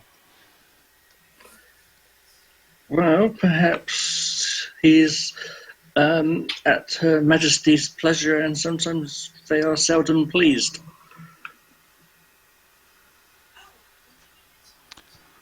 Sounds like you'd have to ask the Queen about that. Hmm. Hmm. So we. What about the high society on Gahar? Where are they kind of concentrated? Uh, some try to get political influence to get into the royal court. However, to get a bit more information about the wealthy separate from political society, you're probably going to have to do a bit more digging in high society. Hmm. I don't know if any of us really fit in with high society. Nardell is a chief. After a fashion, yes. But I'm not sure how much that counts on Gahar. There, I, man, I wish I could say something, but And Dara will say, do you think we should actually finish this conversation outside, away from prying Well, I think eyes? that's- Well, we're kind of walking and talking, I think, yeah. are you walking back to your to the shuttle you stole, or? I think currently just outside in general. I don't know. Like, where are we in the city? There's like there's pretty much like a wide concourse between the cantina and the landing base that appear to be specifically for the cantina, and that's like, I mean, geez, it has to be at least probably 30 yards wide. There are plenty of places you can just walk to where you could talk and either get lost in the crowd or feel somewhat safe. So, other than high society, what if she was speaking more literally? Do we know if there's any like space stations in orbit around the planet? Actually, the special quality of Ord Gimmel, because of its light gravity, means that all the manufacturing that would have to be done in orbital shipyards elsewhere can be done on the surface of the planet here. So actually, no, there are no orbital facilities aside from regular communication satellites. Okay. Which reminds me, you all get boosts to athletics and coordination checks because of that gravity. Oh, it's low gravity. Yes. That's very seldom used rule. It was used a couple of times in the Gahar incident, so Yeah, but I mean, outside of that, like, I don't think ever. well, you haven't really gone to. Oh, okay, the rule. I thought you meant Ord Yeah. Gimmel in particular. Yeah, it's hard. It's hard, really, to. That gets to Yeah. a whole nother conversation. Yeah. Um, So what do you guys think? We have a few avenues to approach here. We can either check around the palace itself, or in, the wealthy. Quarters. How about the Zone Consortium? I don't think I know we have it- any evidence of them being involved, really. Well, perhaps they could be. Not that they They can't may, be, but well, they may have some information. You never know. I mean, aren't we, like, not super friendly with them? I thought we were friendly with them. As far as I can tell, it's a very touchy relationship. Yeah. Of all the criminal contacts I think you can call upon, I think they are the least. They might answer, but their reliability is suspect. As much use as a fart in a spacesuit. Well, they're a bit more useful. It's just the problem. The problem. It's like a watered down Borga. You could probably count on them, doing something. If they but- have something in the game. Yeah, and they probably still ask for a price. Did we make any contacts when we were here before? I don't remember. You made contacts with one info chant, but you ended up kind of scorning her. The biggest I problem remember that. is, yeah, you dealt a lot in the criminal underworld, and one of the last acts you had before the restoration of the queen is you kind of broke it. Right. Right. I remember that now. You could try So at though. least what was there before probably doesn't exist the same way. Yeah, I And that mean, info-chant, I'm she may still be around. yeah, I mean, you do know that there is a floating casino that was owned by a hut that you were able to rely upon somewhat. In fact, you revealed a traitor in his midst. I don't know how. Well, huts like rubbing elbows with high society, even if they're not really strictly a part of it. It's a floating, so it's above ground. Is it nearby? Yeah. Uh, you'd probably have to take the shuttle to get to it. No, but I mean, like, is it like the other side of the planet? Like, Well, where it's is it? it's in Gahar, and Gahar is not like Okay. Coruscant. I mean, it's. I think it's kind of like it's almost like Coronet, big city, Okay. probably not as geographically dominating, but it definitely has its highs and lows. So it's far, but it's in the same local area. It's in the city. What do you guys think? It's an avenue. Yeah, either that or the castle or the Well, we can go. yeah, the Go palace. to the.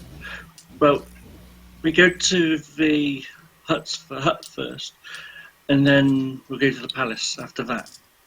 If I remember correctly, wasn't a lot of that based on Follow the Hut presence?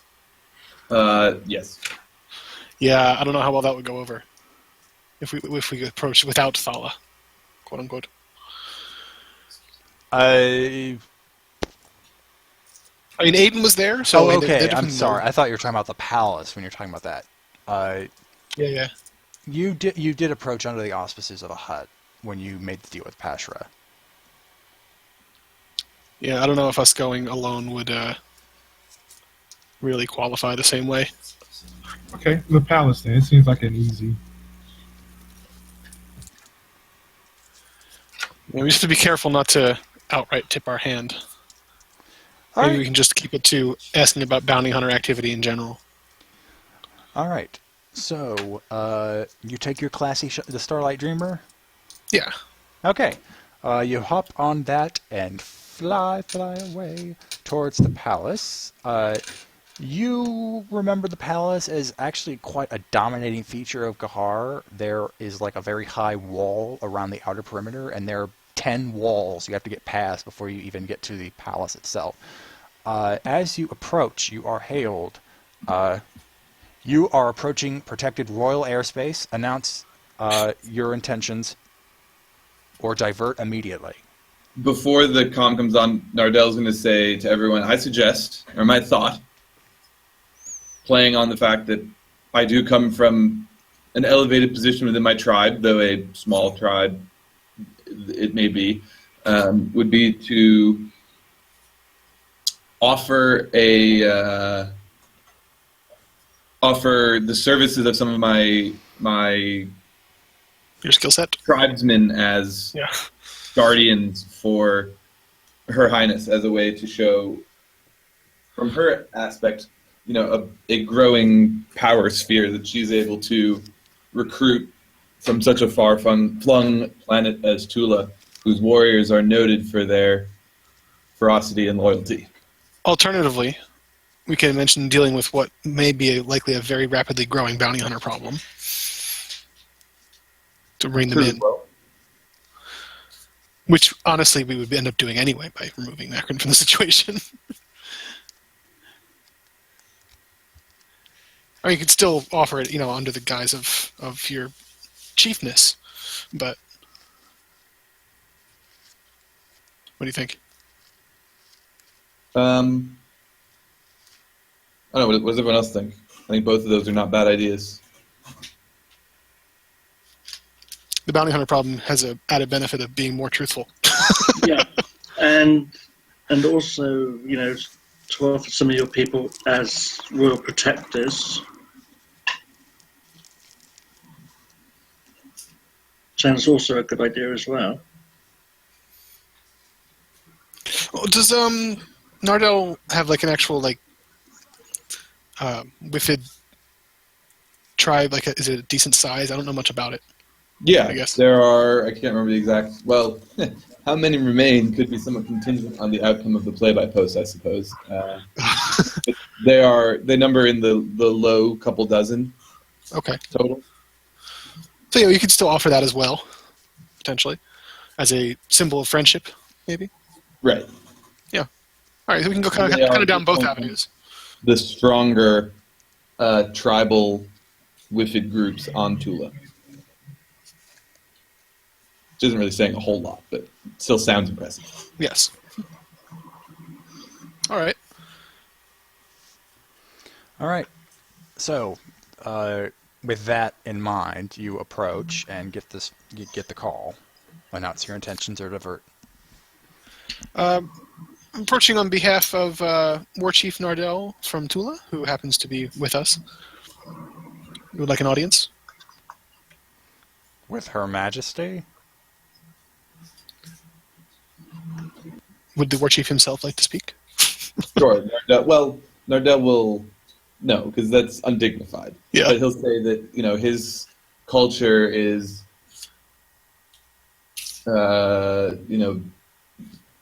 favors direct dealings, and a leader such as himself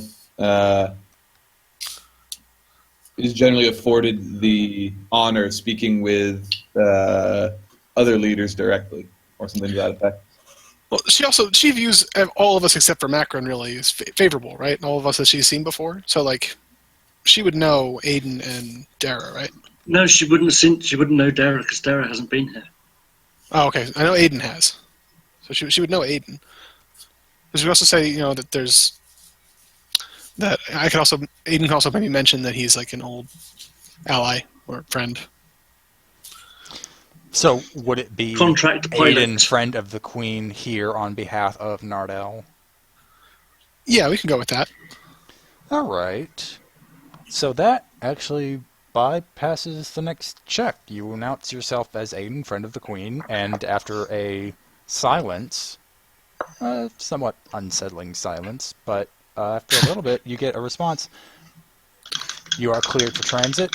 Follow the designated corridor, and your comm terminal pings, and it looks like they have designated a flight corridor for you to follow.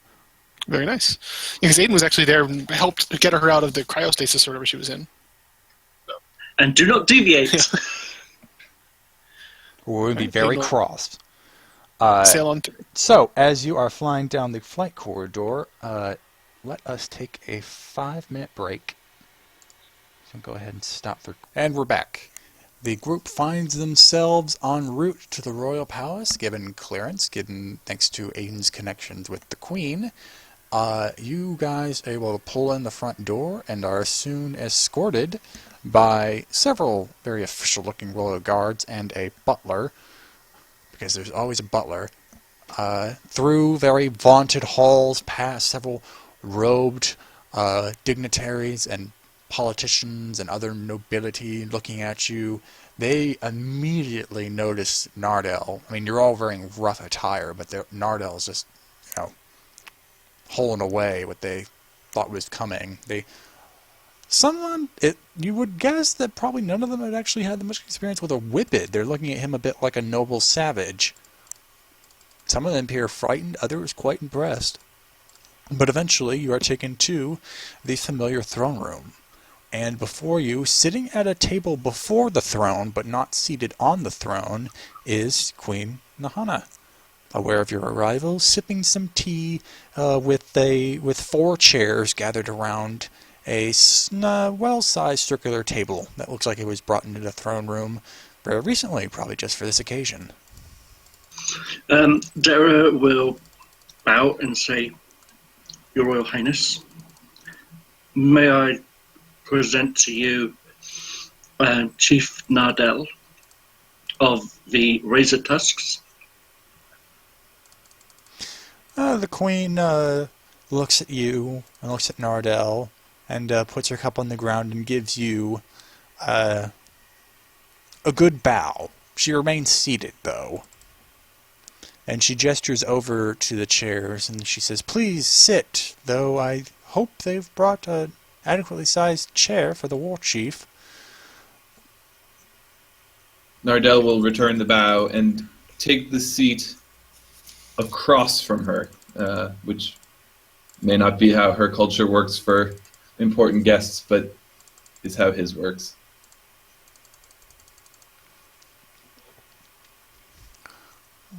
She doesn't seem to change her facial expression when you sit, but she watches you, not fascinated, but carefully. She looks over at Aiden and gives you actually a very warm smile, like she's seeing an old friend. Aiden will give it a smile and a nod and a small little bow as well before he takes his seat. It's been some time, about a year, I think. It has, and my, what a year it's been. So many things have changed. The galaxy, though, seems all the more same. With that, she's a bit of a down note as she puts her, she takes another sip of her tea. But she, it appears she's a bit out of a loss, because she seems to want to engage with Aiden, but it seems quite obvious that Nardell is the focus of the conversation. So she actually is going to wait for you to begin. Okay, so on one hand, actually Nardell will remain a little extra formal only because while he is an important war chief, clearly he's the guest. The guest and far less comes from a far less sophisticated background. There we go. Than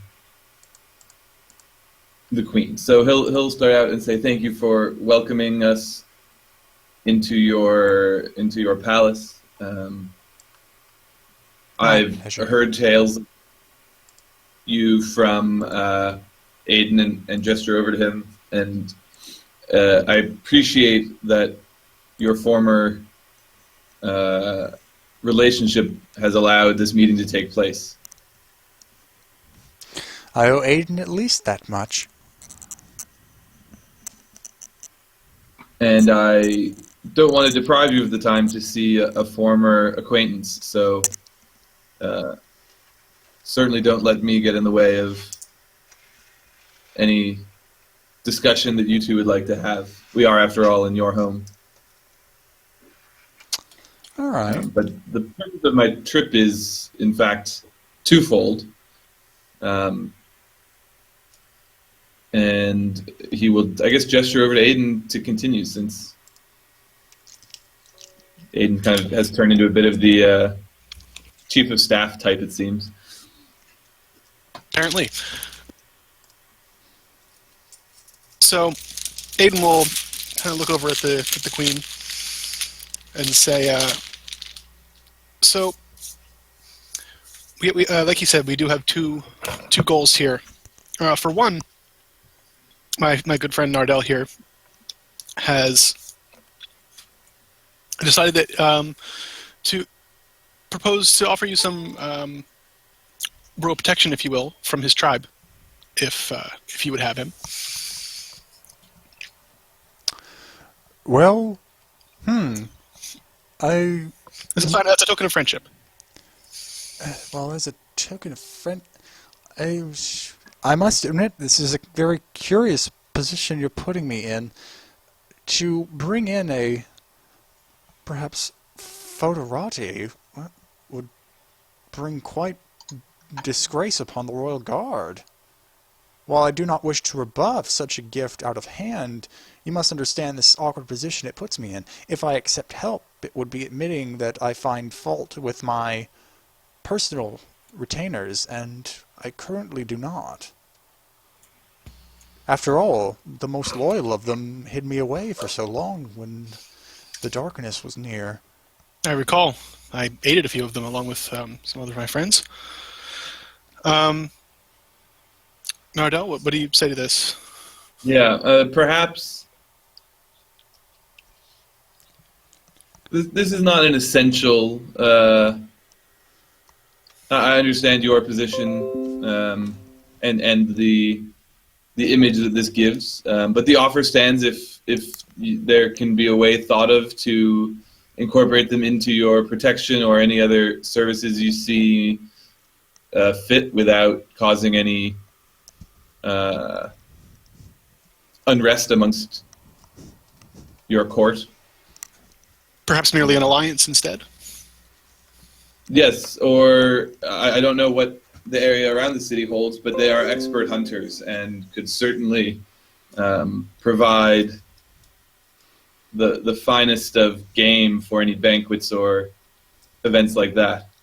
While also managing, if you or any of your family members enjoy hunting, could also manage the game populations for you as well. Well, there is hunting ground on the Isle, huh? She appears to think about this for a moment before she finally returns an answer. There are places where such trained individuals could be served. Would it, though, you've offered, but I can't help but have some reservations about putting such noble people in positions of gamekeepers. Would they accept such a position? Allowed the chance to hunt on their own here and there to keep their skills sharp. I certainly have some who would be interested in an experience off-world while still being able to stay connected to their roots. Yeah. Well, if that would be agreeable to them, I can speak to our current game masters to see if they might be willing to allow for some interesting perspectives. Very well. We don't have to sort out all the details now. That was more a question of interest and possibility more than, a formal need to settle things. The other purpose of our visit may come to light now then. We're also here because we've heard of a growing bounty hunter problem. There's been a lot of activity here from what we've seen from several different groups. Yes. Soquin has been keeping me well appraised of this activity. I'm hoping this mark will be found or hopefully chased off Orgrimmel soon enough, but for now they are properly licensed and the contract is legitimate, though they keep not... It is odd. Usually the contract would have been shown to the government to make sure the licensed hunters had the correct, proper authority. Go for it. But There may be more going on with this bounty. I assumed as much. So Quinn seemed quite troubled by it, though seemed hesitant to unleash the guard. Okay, this is a player question to the GM. Would Macron have been on the planet at the same time as Aiden? He definitely was. Back during the Gahar incident? Yes. Yes. Like he was Aiden, Saber, Macron. pretty much as Aiden was saving the Queen, Macron was playing his part in the assassination plot.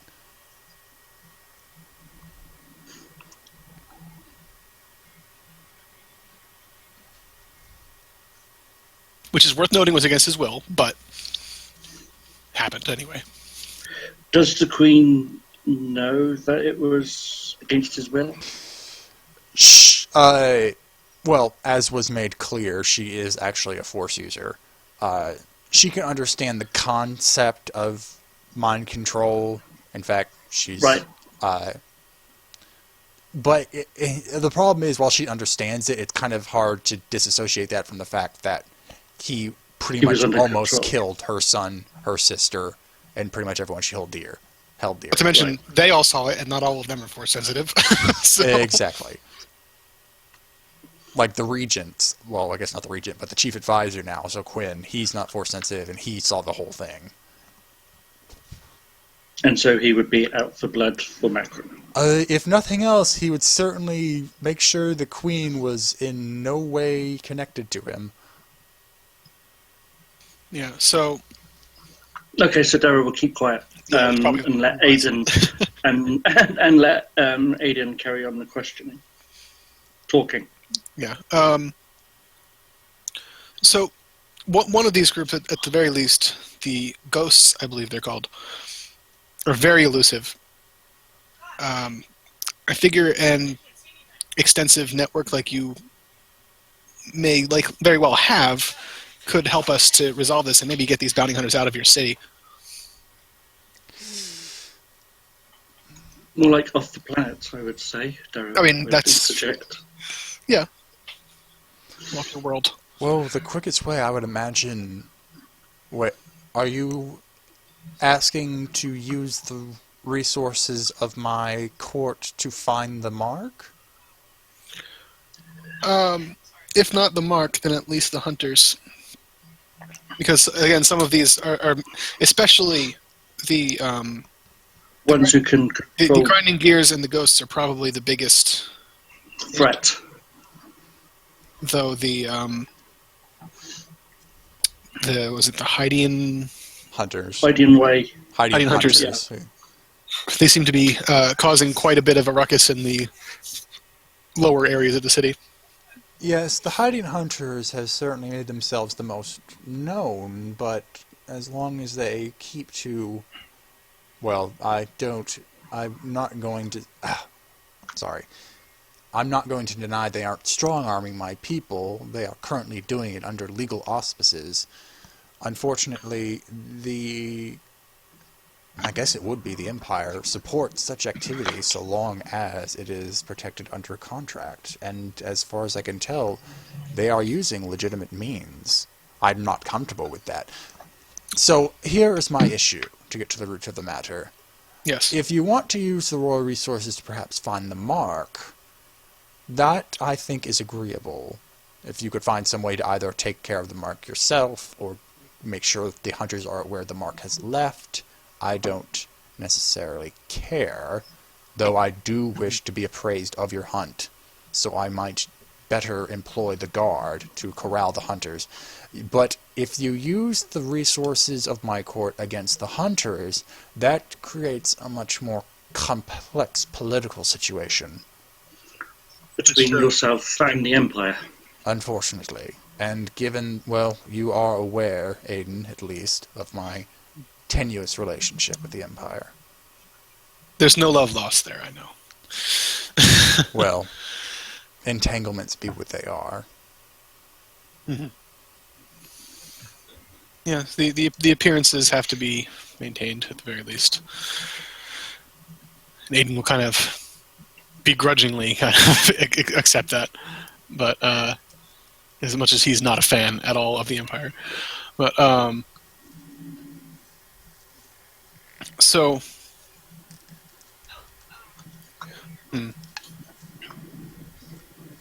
Aiden will turn to Nardell. So what do you think? Given that the Crown has hypothetically an interest in finding Macron as well. Though, let's say you didn't say Macron just there. Oh, right. Flip that destiny point. I'll let for this one slip up to go. But remember, if you're going to be talking like this in front of the Queen, if you drop Macron, she's going to seize on Macron. Right. If perhaps the Crown had a legal interest in finding their mark as well, would it be possible to turn your resources against or towards finding it as a way to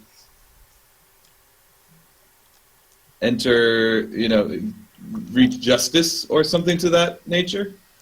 If the mark had offended the government, certainly. We would... Yes. Of course, given the nature of the contract, She ponders over that for a minute, and she says, "We would need to show conclusive evidence that the mark is an offender of Orgimmel's laws, and that our custody of them takes legal precedence over some private contractual spat." So I don't remember exactly how the blend worked out. Because I know in one of them didn't Saber throw a table into him to stop him or something? I think that's the one that It basically goes according to how session 1 went. Macron attempted to commit the assassination plot, but did nothing because the table got thrown at him. Right. Okay. But enough that he would be a criminal. I mean, just for the attempt, yeah. But do we want to be like, hey, by the way, we rescued you, Macron, now go to jail? He would work a deal with her to release him Into our custody. We should probably negotiate this deal before saying his name. Maybe give her... A legal binding contract. Oh, I don't know about a contract per se. Anything would be verbal. No, we need an agreement. We can't have a What we can't go law to court binds to the do this. sovereign? That's true. Sorry, that was just me waxing philosophical. Do that a lot. So what do you guys think about that thought? We could do that, but we'd have to have some kind of beforehand be like, Totally. now you may not be happy about this. Like, Our and end we're not trying to pull the wool over her eyes. We're just trying to... No. If they find him, we'll take him away and, I don't know, Deal somehow with make him sure. ourselves. Because, I mean, correct me if I'm wrong, Jack, but, like, Macron was... Like, the agreement previously was basically that he was banished, effectively, right? Like, or that we took him away and that was part of the deal, right? Essentially. It wasn't so harsh that he was banished from Orgrimmel, but he was definitely persona non grata within the court. Like, he would definitely not be allowed on royal premises, and the Queen would certainly have it that he would not set foot without legal binding authority. Yes, he is technically banished, but he could technically step foot on Orgrimmel without breaking a law. He would just be on the Queen's shit list. But what I mean was, like part of the deal before was that in exchange for not being effectively charged anything, we took him away, basically, right? Because he didn't really have any specific charges against him, did he? Or because at that the point. assassination plot was so foiled in almost its infancy before anyone could even realize what was going on, it's almost like people noticed the table being thrown before they actually noticed Macron was trying to kill anyone. Mm-hmm. So he doesn't have any formal charge against him. It's just a lot of formality that's keeping him from his current situation. And I guess the Queen herself does understand that he was not of his own mind, even if it may not dominate her thought process, right? Yes, because she was aware of Silea. In fact, that's why she So- hid. Yeah. So is it just her there? Who are we with other than her? There are Sorry, guards the in the mother. throne room, but they're giving you a wide berth. It's basically within the immediate vicinity, just you and the Queen. So this could be effectively confidential, whatever we Yes. talk to her about. Okay. So Aiden will give Nardell a look as if, like, should we? Real quick, are there any droids here? That's a good question. Yeah. Hawk asked, Hawk rolls, daunting perception check. No upgrades, just 4 purple. Daunting, that's 4, right? Yep. Perception. Give me a perception.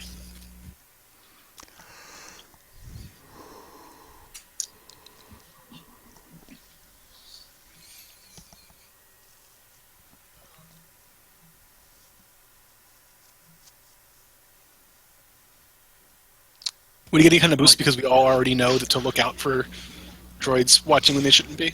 Well, I think the problem is you might not be exactly looking for droids, just more hidden objects. This is perception. In fact, if you're looking specifically for droids, I'd add a setback.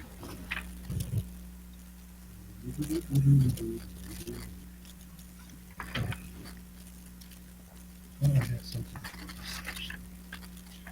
I might want to flip. We still do that, right? Yeah, that's still a thing. Okay. Ah, You're looking around. You don't see any droids. All you see are the guardsmen. You even try and get a good line of sight around a couple of the pillars to see if they might be hiding behind that, but you're not seeing anything.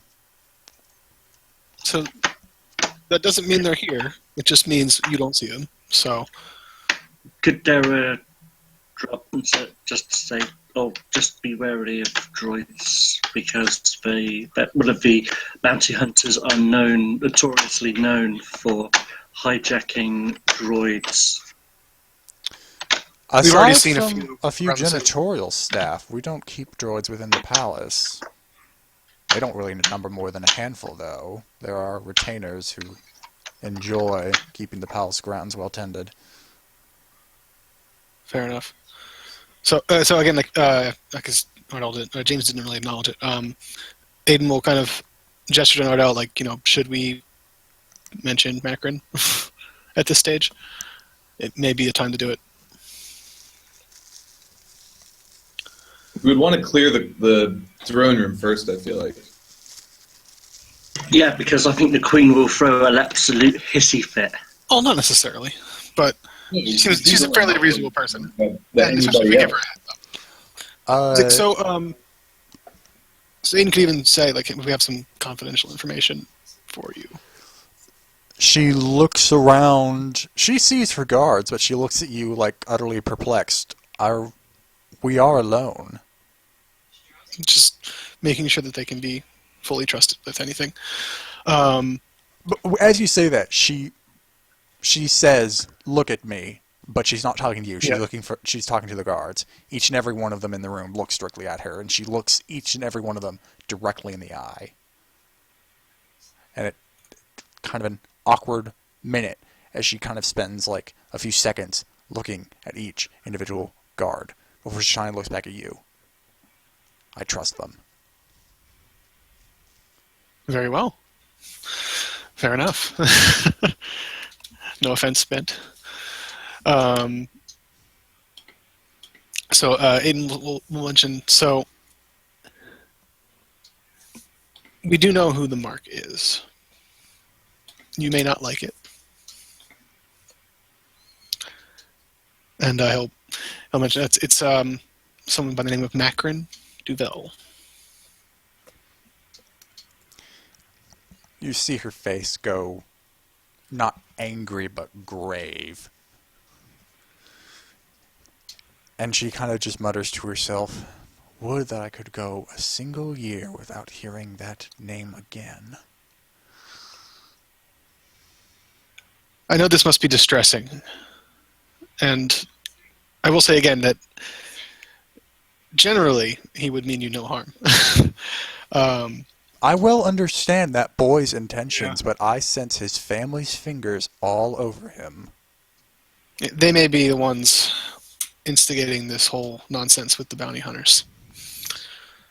Then I wish you well on your hunt for him, because you are truly in the deep end. We are. I may command all of Ord Gimmel, but my influence pales in comparison to the Duval family.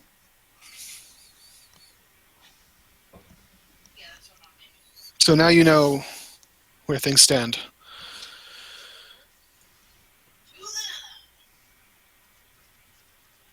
We're searching for him, and we would like whatever help you can give.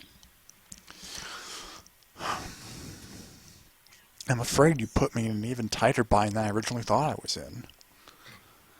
She reaches out for your hand, and she'll hold it if you let her. It's very it's almost like a motherly hold. You can see her face has concern mixed with that sort of dourness that appeared on it when you mentioned Macron. If Macron is the target, then that means this entire affair is a Duval scheme. In meddling with it in any way, I must fear for my own safety and that of my family. You do what you have to. talk to Soquin quietly. He go with... Actually, as she's saying this, her hands reach up for a second. She's thinking about something, and then she goes and pulls out a small slip of paper and pulling out of her robe a little quill-like instrument. It doesn't need ink, but she apparently is able to scratch a perfect message on it. And she folds that up and draws an odd symbol on it, on the blank piece that is now on top of the fold. Does Aiden recognize it? Like, is it something we've seen before? No, it's not. Okay. So Quinn will trust this. Whatever you ask, he'll answer. But once you leave the palace grounds, you may only go with the information he gives you. Do not count on the guard's assistance. Thank you. I appreciate it. And Aiden will give her a little smile and kind of a roguish Grin. Yeah, a roguish look, and say, and don't worry, we can be very discreet. Sorry. That was me just coughing up normally. May fortune go with your schemes, Aiden-san.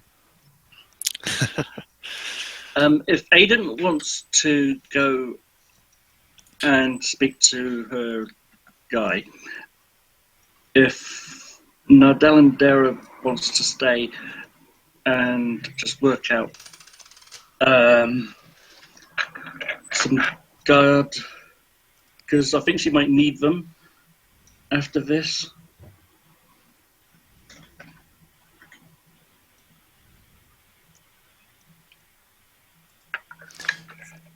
You're talking about whipped guards.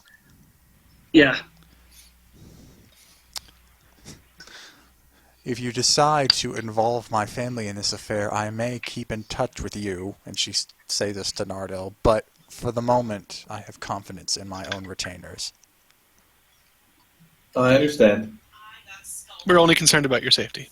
I understand that, which is why I hope when you continue forward you will be discreet about my involvement. Not a soul will know.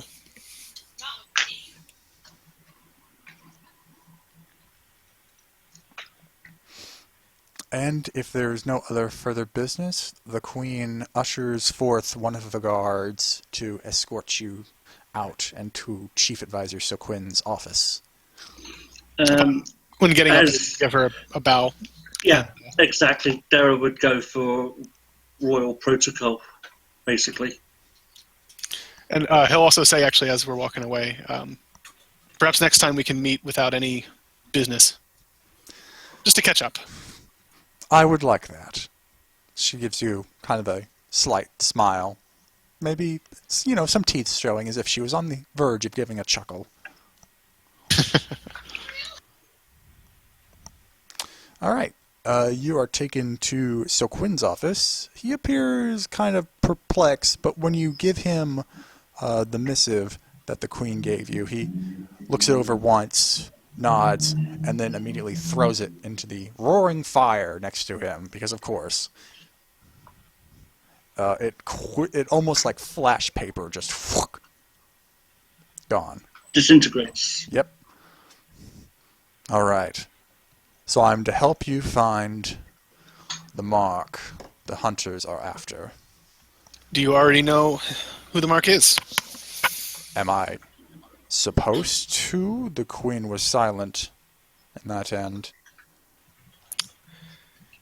It's Macron Duvel. What? Does the Queen know? She does. That woman. I assure you he will do no harm to any of you. Especially if we get him off planet. Yes, I was assured that you probably thought he would do no harm when he was in the throne room about to kill the Crown Prince, the Queen's sister, and myself. There were extenuating circumstances. I'm sure there were. But There do always not be surprised if I do not take that at face value. You're welcome to it. Nothing wrong with healthy skepticism. As long as you help us out, Well, we're fine. a queen's order is a queen's order, though I think it is a fool's one. What do you wish to know, or what assistance do you require? I'm at, unfortunately, your disposal. And we used to get along so well. Well, you know, one understands, the other can't forgive.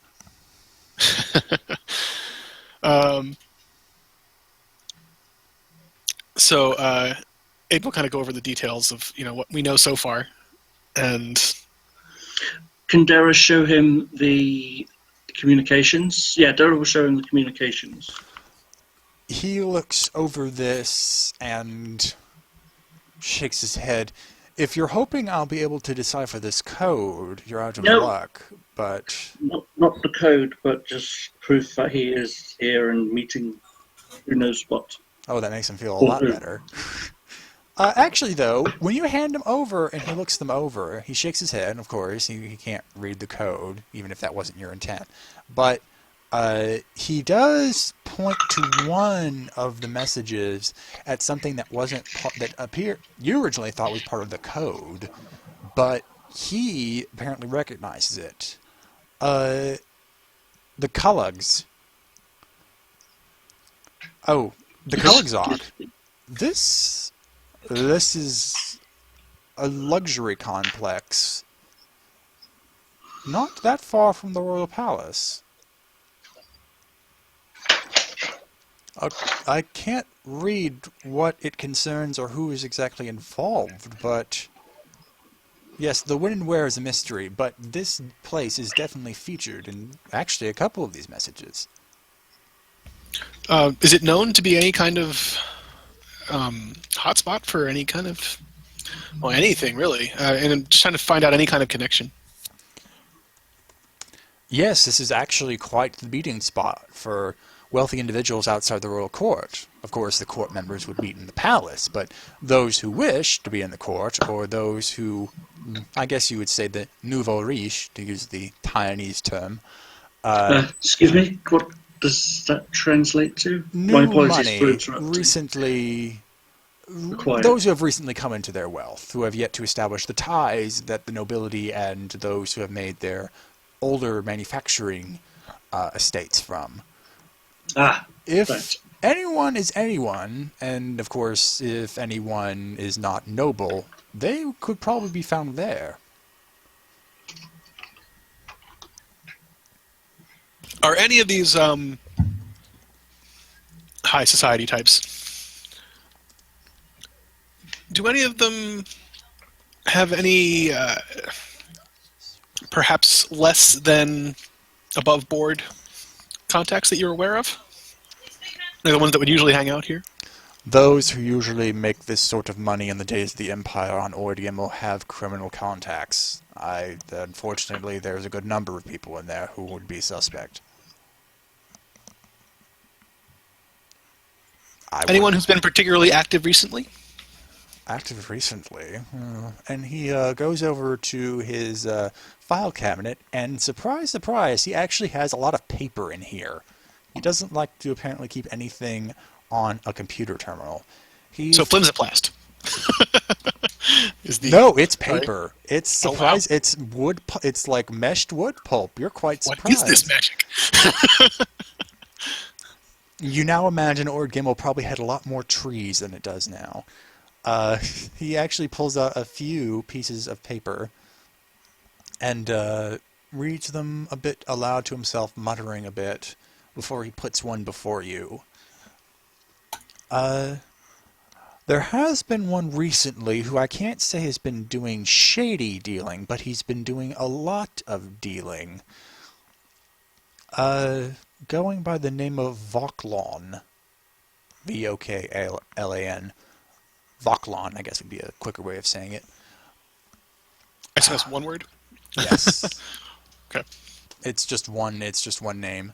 It's probably an alias, given the fact that, it's only one name. But It's all we've had to go on, and it seems to be the name he has used on official contracts, giving them some legal authority. So what manner of creature is this? Is this a human or is this a... Human. Okay. In fact, if I were to put money on it, I would say he is some sort of clandestine Imperial. Whether he is a clandestine Imperial simply seeking to do business dealing outside the legal sphere of the Empire, or someone a bit more military-related, I can't say. But if anyone fits the parameters of having eyes on a Duvel, it would be him. Thank you. This is a big help. Yes. Actually... Any ideas on how to approach this person? I don't actually have anything that would be something akin to a personality file. He seems to be someone who acts quite pompously, but has a keen intellect to back it up. What are his business dealings? Maybe we can go in through that avenue. Let's see here. Manufacturing-oriented. He's actually had a bit of work in rebuilding the core depot after events. And he looks a bit at Aiden. So a bit opportunistic, shall we say. Perhaps. However, he's also had several dealings with shipping off-world. Yes, this is what brought it to my attention, and he points to something on the paper. He had there was a scandal a little while back where a small shipping firm went bankrupt after some of their cargo ships were investigated by the Empire and found to be carrying large amounts of spice. The firm was dissolved, but all of its assets were bought by Falkland. I wonder if that includes the spice. Well, it was confiscated. Who knows where it went? But he seems to be... You can tell by his eyes that he is agreeing with your implication.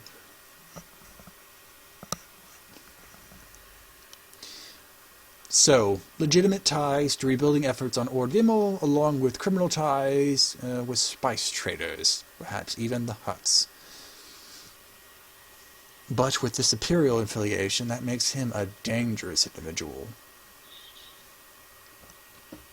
That it does. Is he also eligible for planetary audit? Ah. Biggest problem there is the Queen's eggshell policy with the Empire. If Falkland cries foul, we can't afford an investigation from them.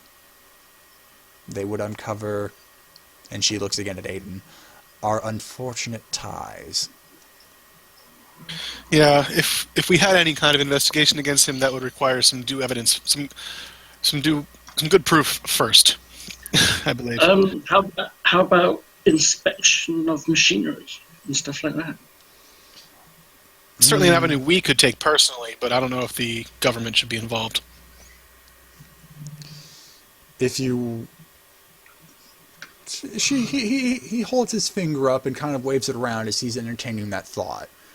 I get what you're saying, but again, an official investigation would raise too many questions, and I can't afford Valklin, if he is who he says he is, to cry foul to any Imperial superiors.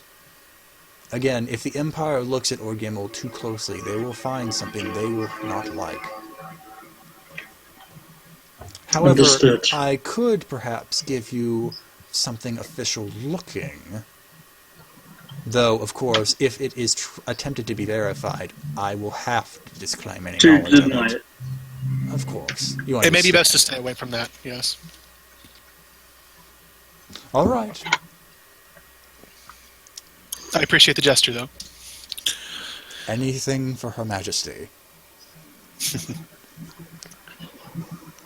Do we have all we need here, then?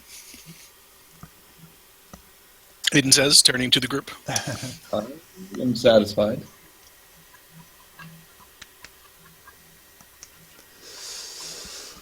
Very well then.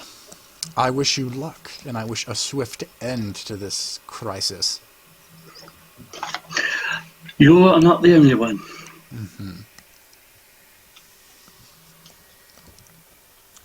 All right, so regroup at the shuttle, take a flight. Yeah. Should we stop somewhere first to make ourselves look more like high society, or at least everyone but Nardell? I've got my staff of office. I am looking great, though that Okay. staff of office does involve skulls.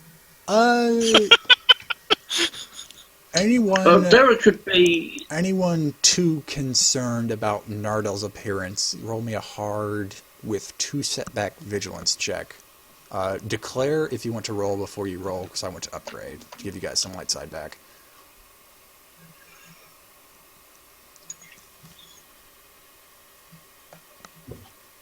Anyone can try this. I debating, just hold one on. need to know ahead of time. Vigilance, you said? Yep. Hard with 2 setbacks? Yeah, there's no way I'm passing that. Hard with 2 setbacks. Actually, yeah. Let me go. I'll do it. 1, 2. Okay, then I am going to 3. upgrade. So it's going to be 1 red, 2 purple, 2 black. 1 red, 2 purple, 1 black. Okay, I'm going to flip back for that. And I'm going to add 1 of them. And eeny, meeny, miny. All right. Not bad. So you actually, when you looked at the crowd that looked at Nardell, you could see a lot of fascination in their eyes. Again, the rich folk don't seem to mingle that much with whippets. So he got a very, it wasn't like they threw out the welcome mat, but they seemed to accept his presence as at least an oddity, if anything else. Curiosity. Yeah. Type thing. You can assume probably those who want to be like nobility but can't afford it yet would probably exhibit the same sort of attitude. Yeah. Well, at least I didn't get despair this time.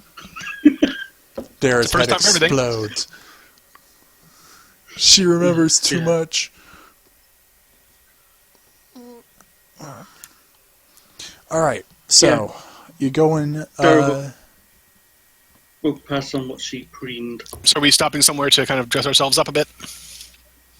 You can, because I would have thought Dara would be like some sort of undercover bodyguard type thing, I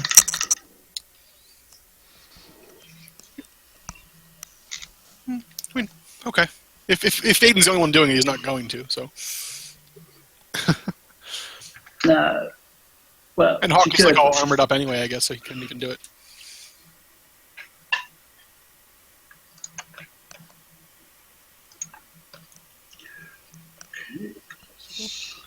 So Sally forth. Alright, so you're going to the Soklavan? Yes. Soklavan. There's so many different ways to say it. Thank goodness for Russian. Anyway, so you get in your shuttle, you fly away. Sokwin said it was near the Palace District. It seems like his geography is a bit off. You have to go a bit distant. Like, you don't have a sight of the palace walls by the time you find it. And it is a bit of an average-sized skyscraper. It's kind of dwarfed by the few of the towers around it. You can tell just by the finery surrounding it, it's full of money. There are a few... It costs the same as the biggest towers, but it's half the size.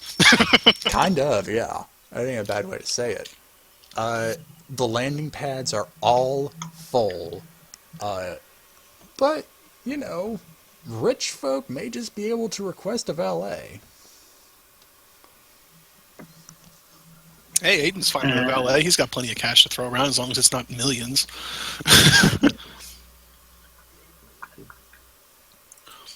If it's in the thousands range, he can handle it. As long as it's lower thousands. Like 25. He can handle 25, yeah. I'm afraid this is the kind of place that's going to dupe you into paying, but you're not going to know the price until you pull up. Mm-hmm. Aiden is afraid of the same thing. So we'll I mean, is there anything nearby that we could use to get there, or we just have to pretty much accept the valet? If we want to get in. It looks like there's a shuttle port that could be, for a giant city walking distance, but it'd probably take you about, maybe an hour to get from there to here. Oh, no. Valet. All right. Do the stupid valet. So you pull up to the valet landing pad, but as you start to read for your cred stick, the communication terminal chimes again. The company is happy to pay for all tolls. And another credit transfer takes place.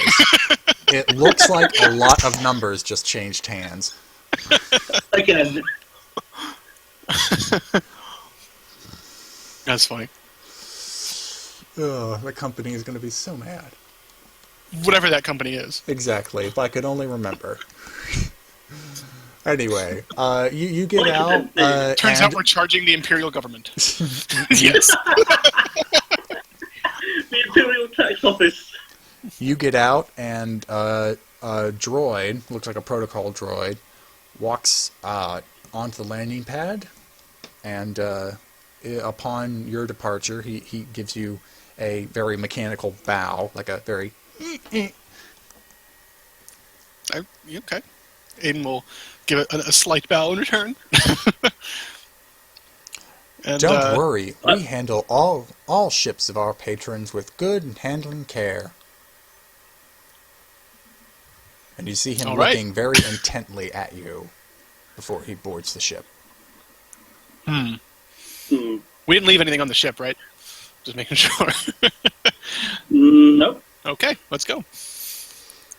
And as you all disembark and get off the landing pad, you see the Sweet Dreamer lift up, Starlight Dreamer, I'm sorry, lift up and fly away. Just looking at its flight path, does it look like it's going somewhere really far? Or does it look like it's going to where a reasonable valet thing would go? Roll me a hard perception. Upgraded once.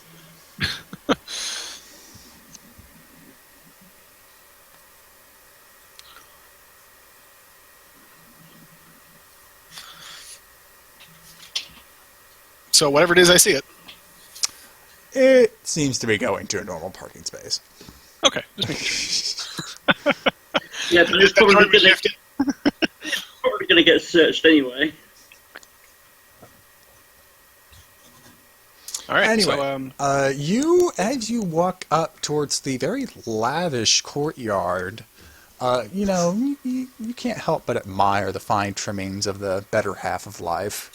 But, you're probably about still half a football field away from the entrance as bwah, bwah, bwah begins to sound all about the plaza. And you just see red flashing lights going off at key intervals.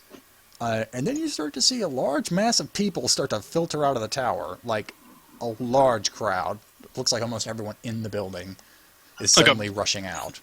Do you seem to be running from something in particular, or just leaving the building? Given the looks on their face, they want to get away, but they seem more displeased than scared. Okay, so it's not like some specific event happened inside. It's just there's an alarm going off, so they have to leave. Okay.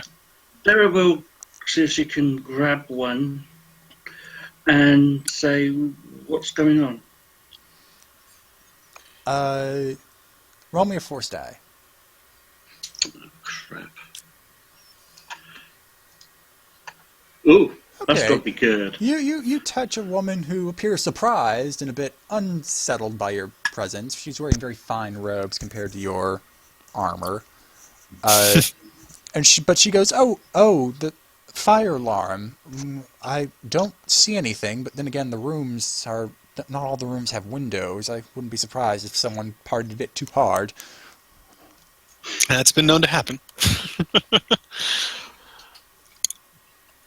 Okay, thank you very much, and I do apologise for inconveniencing you. Oh, no, it's fine. You just surprised me. A polite rich person. That happens. Well, you rolled light Scary. side. Just imagine who you would have gotten if you rolled dark side. Grand Moff Tarkin is here. What? Hey, how can he Back be? from the dead. Well, apparently that didn't stop the... Never mind.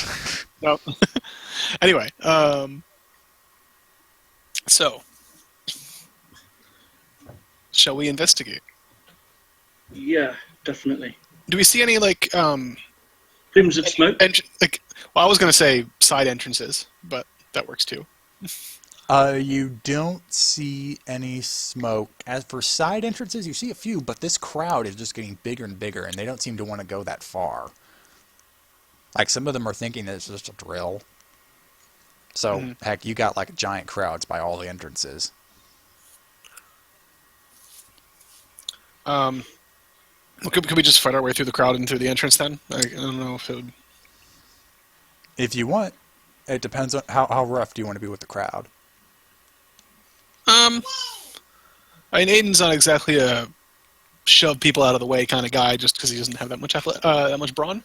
But I mean, I'm not trying to like knock people over. Just get through. For trying to Ezio yourself through the crowd, I'm gonna say Would that be coordination? Yeah. I mean, Nardell could go first and kind of be the icebreaker. But that's gonna have to be athletics, because at that point you're pushing. Aiden can definitely coordinate his way through this. Do we want to be a little more subtle than pushing, I guess? Probably. All right. We don't want to draw too much attention. All right. Right.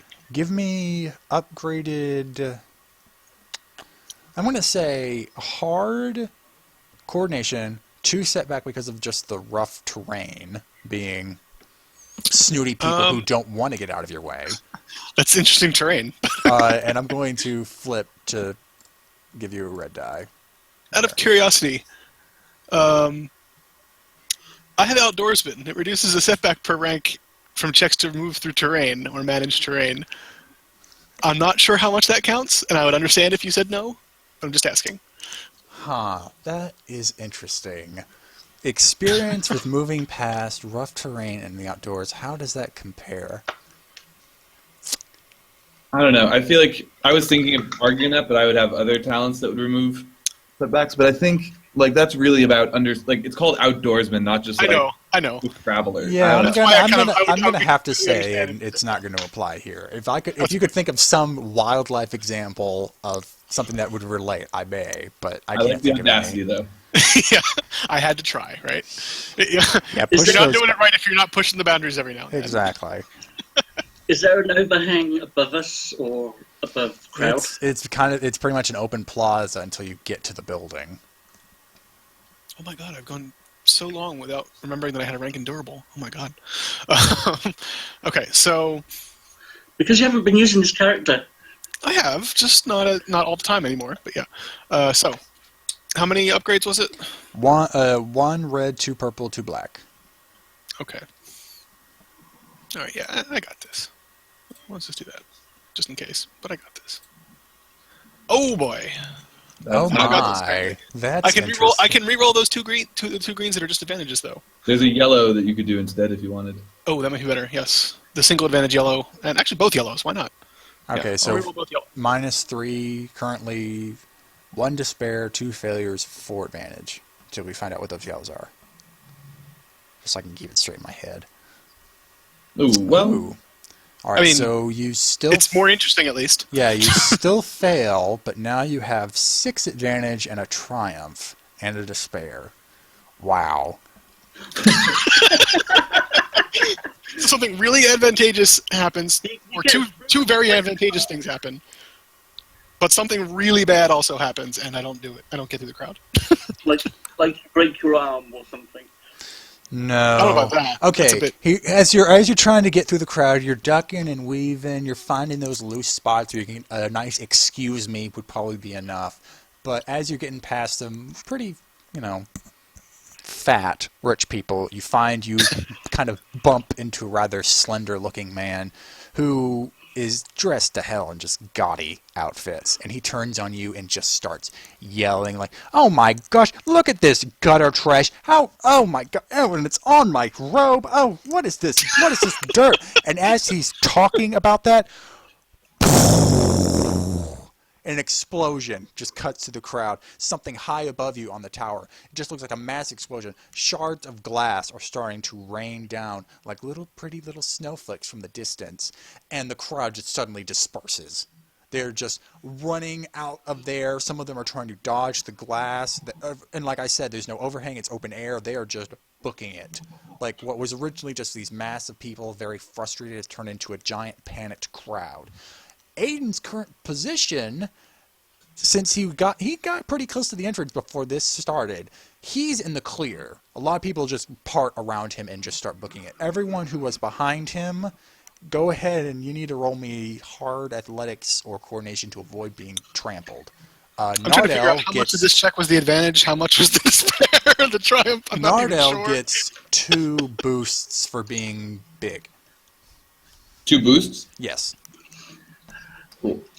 Can I use my repulsor assist unit? What does that do? Grapple your way out. It's like a cable gun, sort of, isn't it? Yeah, it's like about winched. It's an ascension gun, basically. What's the Yeah, range it's such a on gun, it? but it's like it I wanna say doesn't medium. give a range. Oh, I have more boosts. Does more advantage help me here, Jack? Or It can make Can't it easier hurt. for other people. Yeah. good idea. So I got 5 advantage. So a boost to both of them. For 5 Wait, advantage, why I'd did say Hawk get 2 boosts. Two boosts for both Hawk and Dara. Leslie, were those 2 boosts supposed to be the same as Nardell's? Or was that from something else? That's probably from Stalker. Yeah, that was from Stalker. Okay. Well, you can add 2 more now. Yeah, go ahead and roll 2 more boosts. Dara, for your thing, you're probably about long range from the building right now. If the cable goes that far, you can fire it. But Sure. I think my impression is that the regular ascension gun item is medium range. I don't know if that's the same or... It doesn't really say. It just goes. Some models of grappling hook and climbing harnesses rely on forces other than sheer muscle power for operation. Repulsor assist units use a miniaturized repulsor lift generator to make whatever they bear nearly weightless, be it live user climbing a sheer wall or a bale. it doesn't extend anything. That's contact based. Yeah. Like if you could grab onto a single person and just move them, but because this is a giant crowd, that's not really going to help you. Am I close to the edge? I can, I don't know, attach it to the side and swing off the side. You're nowhere close to the building. You're still in the middle of the courtyard. Oh crap! I mean, Okay, you have so 2 boosts because of Nardell's stuff. He's probably Okay. scared some of the crowd out of the way. Get out of the way. Coordination or athletics, wasn't it? You can choose either or. You're going to have. I'm going to use coordination. It's going to be 3 purple, and you have 2 boosts. Yep, that's cool.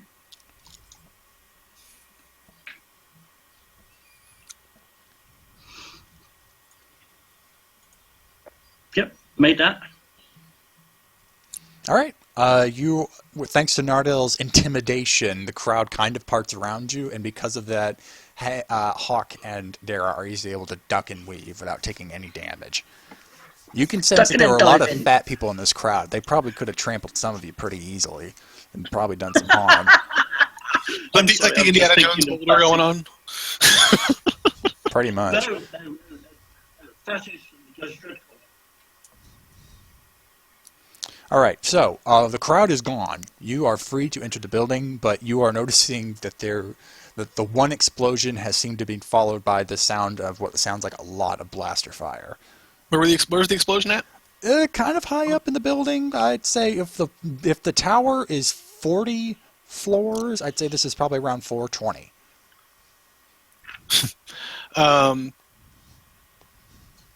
Okay, so it was the 4th floor. Or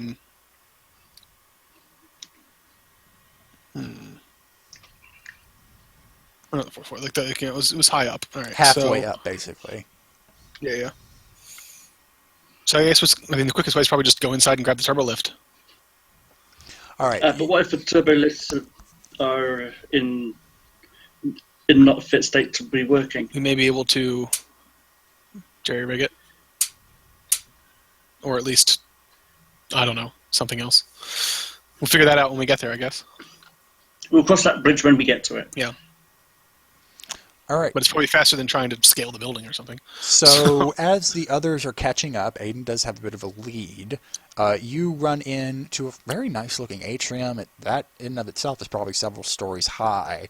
It's a nice chandelier that has now swayed a bit and shed some of its nice crystalline parts on the floor. That's kind of sad. But you get to the back, you get to the turbo lift. The door's open, but when you get in and press a button, nothing happens.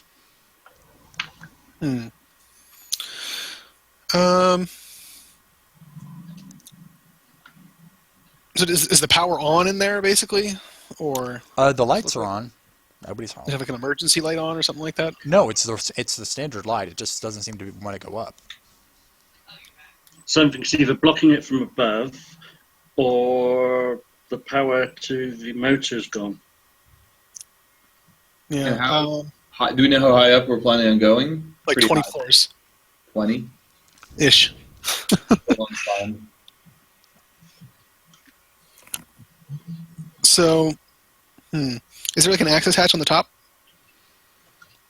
Of the skyscraper? Oh, of the turbo lift. Yeah. It's a very standard maintenance one, yeah. Do we want to see if we can climb up in there? At the very least, it'd be easier than climbing the outside face of the building. Unless someone can potentially, mess with the mechanics of the elevator. Or the turbo lift. Dee, do you have a toolkit on you? No, I don't have a toolkit. I have a rivet gun. Do we need a toolkit for this? To potentially do something with the elevator, to turbo lift to make it move? You're gonna need something. Unless you have Okay, mental Derek. tools. No. Nope. Can Dara take a look? Is there anything blocking above, did you say? Blocking the turbo lift? Yeah. No. It's like And there's when no you power press to the it. button, it's just like you don't hear a noise, just nothing happens. Perhaps someone's disabled the turbo lifts from another area. If only R2 were here. He could probably make it fly.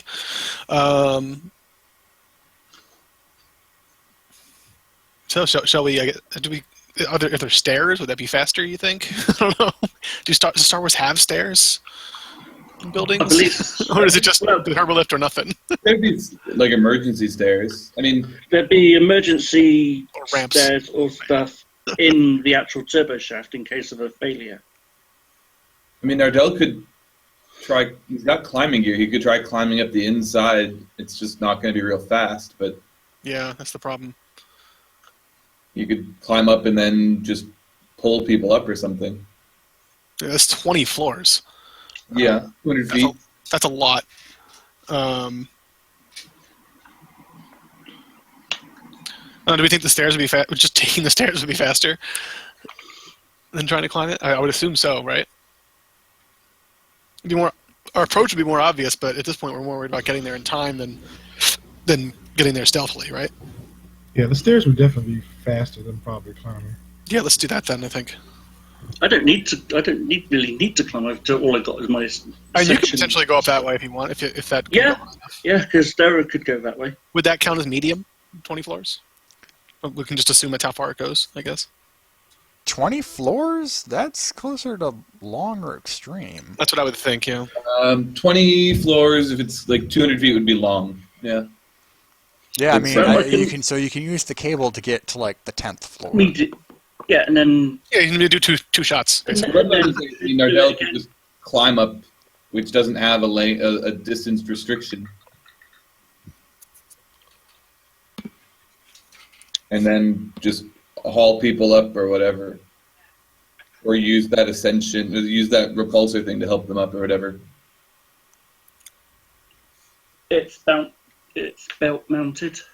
So she's Right, just but got that it means on you a- put it on someone and start pulling them up. It's like pulling up the rope with nothing on the rope. There's another explosion. All right, let's This do one something about the fast. 30th floor. Okay, let's go. Let's get up. Yeah, Dara's going to fire it to medium range and zip herself up to one place, and then wedge herself in, and then use it again to go up the next set. All right. As wanna you pull pull around up, to the first as you set pull yourself first? up the window, you're noticing several droids. Some of them maintenance droids, some of them not looking like anything you've seen before, are running about the corridors. They don't notice you. They seem to be searching the rooms. Okay, so Dara's on her way up Okay. to the 10th. Is everyone just waiting for her? No, Hawk is just going to go ahead and take the stairs.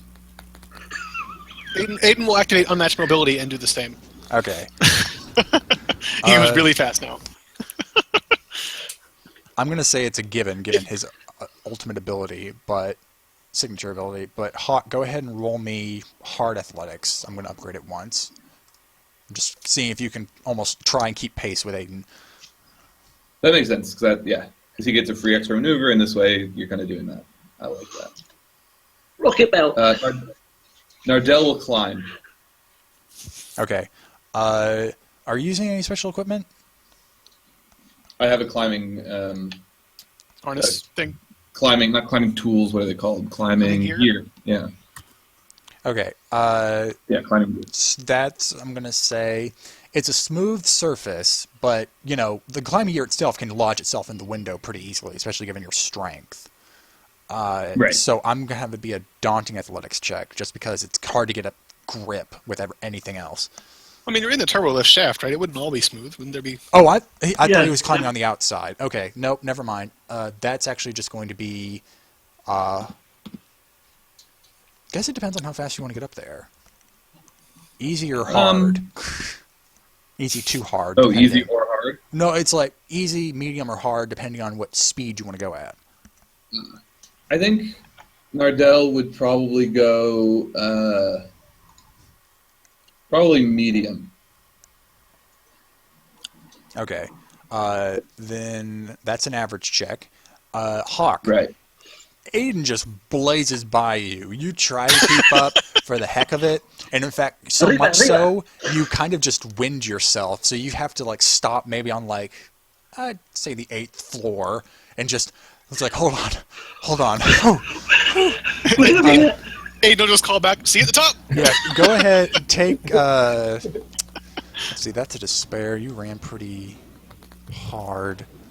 8 strain. Arriba, handley. No 8 soak, strain. no soak, just 8 strain, just from the sheer effort you had to put in to try and catch up. You're going to be like a round behind what's happening next. Nardell, you get to the 20th floor, and when you open it, you see the same thing Dara saw, only when the droids come by the elevator they're looking for, they turn to you. And there's intruder, and you see some of them, they just unfold. They were originally cleaning bots, but they just unfold into something else, and you see guns. They're Transformers. That is to advantage. Blastromex. Just as a reminder. Oh, it's to advantage? Okay. It's my advantage. So the same thing happens, but as they're unfolding, you can do something quickly. I will. Ooh, I can't really throw and hold onto the rope at the same time with but one arm. I was going to try to lasso one with my bola and throw it down the. Do you have move? No. Wrap the climbing your rope or whatever around your leg and do it Yeah, that let's way. say Nardell's got a place for his feet or something and can kind of wedge himself. Can I attempt to bola one of them? Yes. There a set difficulty for that? Or is it just range? It's just a ranged light attack. Okay. They're basically in short. Let's see here. Did I give them any adversary? Yes. Adversary 2. So 1 purple, 1 red. No setback. And a setback? No setback. Oh, no setback. Okay. It is superior. I have prescient aim. So this is what it will be. Aye. I miss. All right, you throw the bola, and the droid, you see its feet are actually treads. It suddenly backpedals a bit, and turns to the right, and the bullet just hits the window. Clink, punk. And how many of them were there? Were there 2? Let's see here. I said a couple. Just the one, since I kind of misread the roll result in the first place. So. Oh, okay. So then I guess Nardell would try to get out and meet it on, more equal terms, not inside an elevator shaft. All right. It's going to get a turn now. As a side note, Aiden's going all the way up to wherever the latest explosion sounded from, so not necessarily where the first one was. Okay. Are you... So he's going up to 430. So, how are you getting up? Stairs. Oh, okay. Yeah, just like that's happening in the background while this is going on. All right. At this point, to keep track of, even though you're all over the building, I'm going to need an initiative roll to keep this all straight. Because at this point, I need to start tracking where you guys are in this building.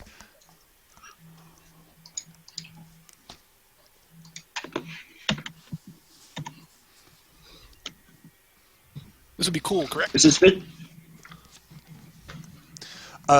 Given the fact that there was a giant explosion before any of this started, it's cool. Woo. Aiden is rolling really well today. Indeed he does. Does Derek get any boosts for being near Nardell? No. No, you're climbing on the outside, from what I thought.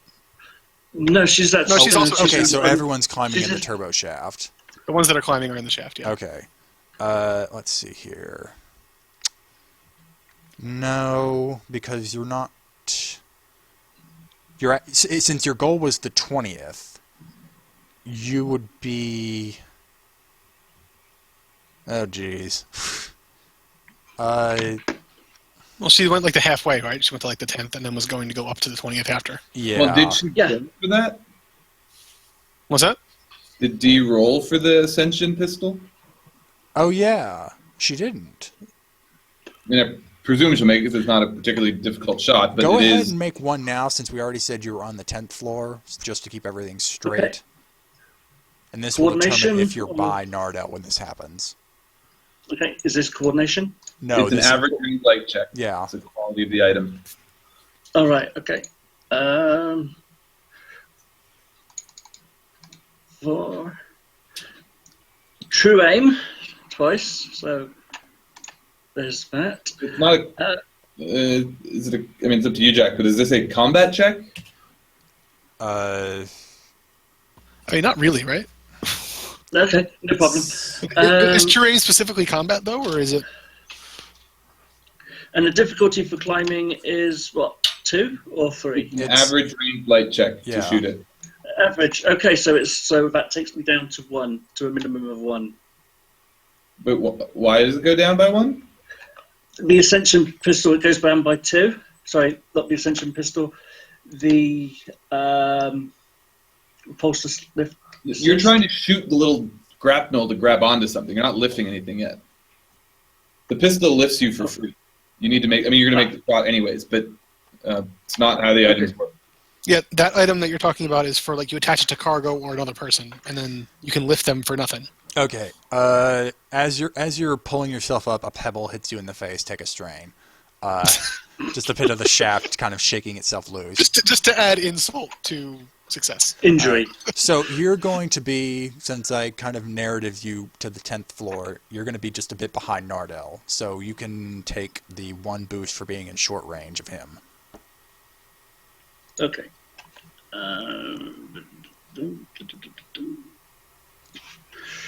Okay.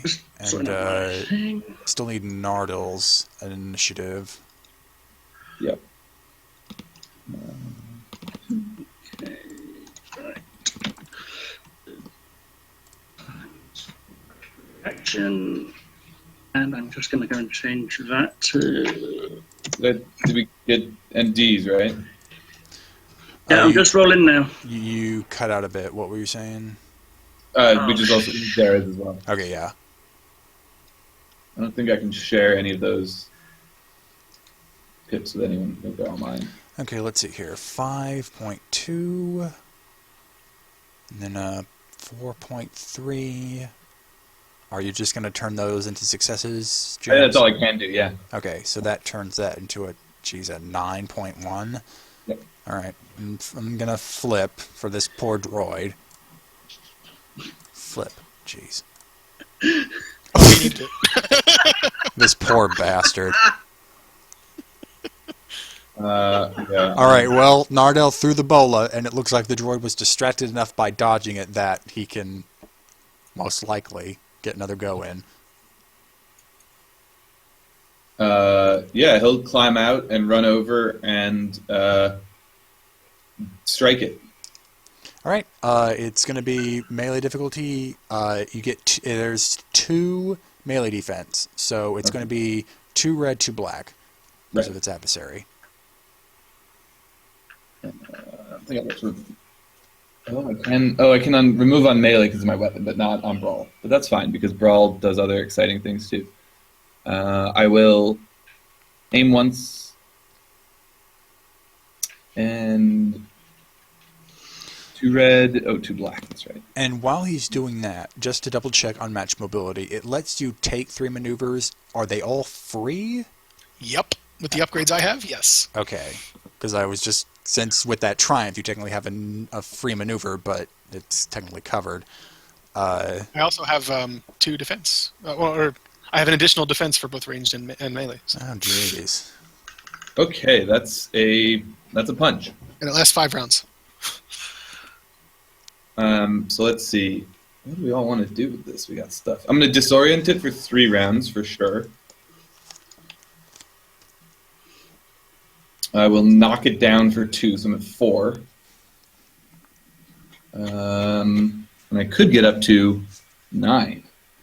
I will disorient,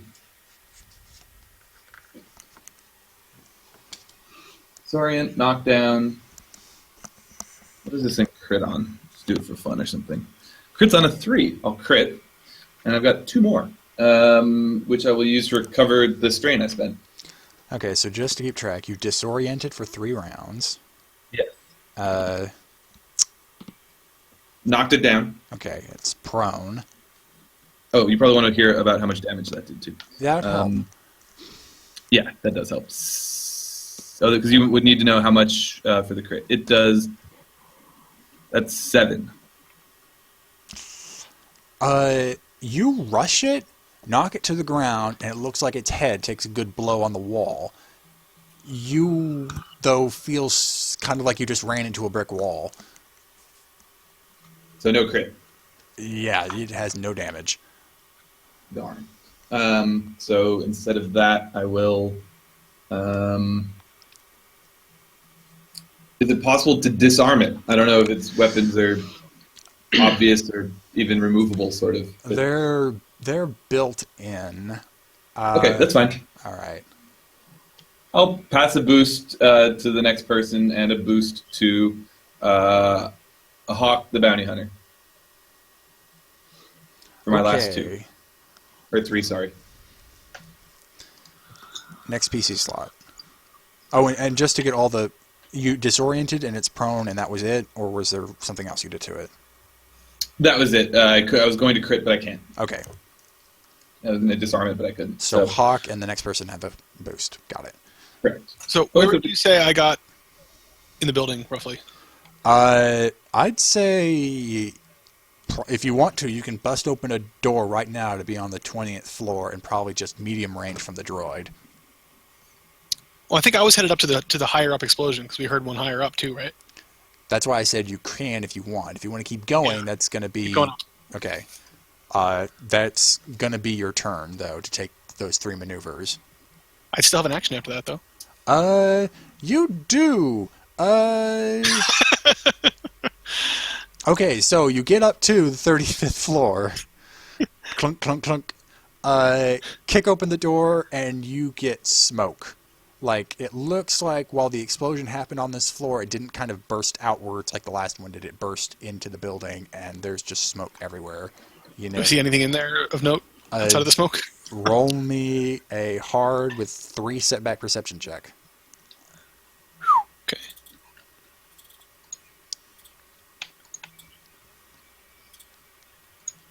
Got it, but potentially took some strain or something. You squint to see past the smoke as it kind of stings your eyes. You get low to the ground to get less exposure, and you see boots, like high-strung black militaristic boots. Several of them scurrying across the door. One of the boots seems to stop with the toes pointing towards you. Oh. So it potentially sees me. Potentially. And there's your fourth threat. Okay. We'll come back to that in a round. Because of the smoke, you're kind of naturally stealthing to begin with, so at the end of the round, there's going to be an NPC trying to search for you. Gotcha. Okay, one more PC. I think Daryl would take it since she's got quick strike All right. and a free maneuver. You're going to need to take that free maneuver to pull yourself into the floor, but once you're there, you see a droid laying prone next to Nardell. I should roll and check the other direction. You don't see anything, but you do hear loud clanking footsteps, but that seems to be coming from almost all around. Another comes out. Sounds like it's between this floor and where Aiden went. Okay, Daryl will do a whistle type thing to Nardell and to get his attention and point upwards.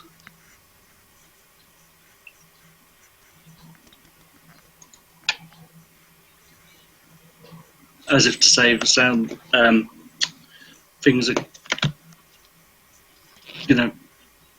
Go up. noise up. What'd she say? Yeah, go up. Keep going Going up. Meanwhile, Hawk's winded on the staircase. And Hawk's going, I'm bloody out of shape. He's been out of practice. Yeah. Totally. All right. So you've indicated to Nardell that you need to go up. What are you going to do about the droid? Right, we're still not out of the woods on the droid. Yeah, the droid's knocked down, but he's like functioning. Looks like in just a couple of seconds he's going to lift himself up. You have 2 blasters, right? Use them.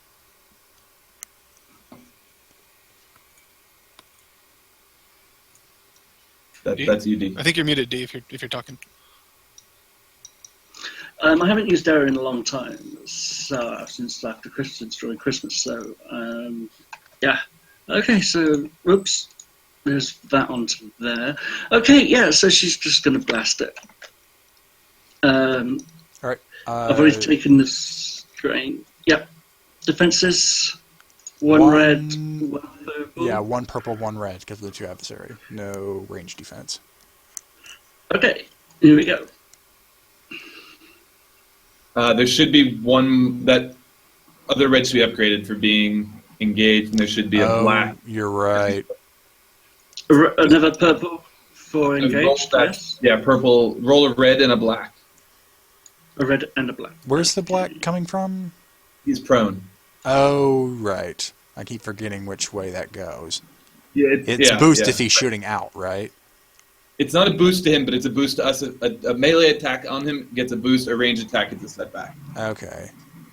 You could hypothetically on a long-ranged attack say you can give a So boost that gives they'll add us damage but take away 2 advantage. Yeah. So you now have 5 12. successes with 1 advantage. 13, 14, 15 damage. Okay. And That certainly hits. And she's activating paired weapon since she's using guns blazing. Remember, you which is another 12 damage.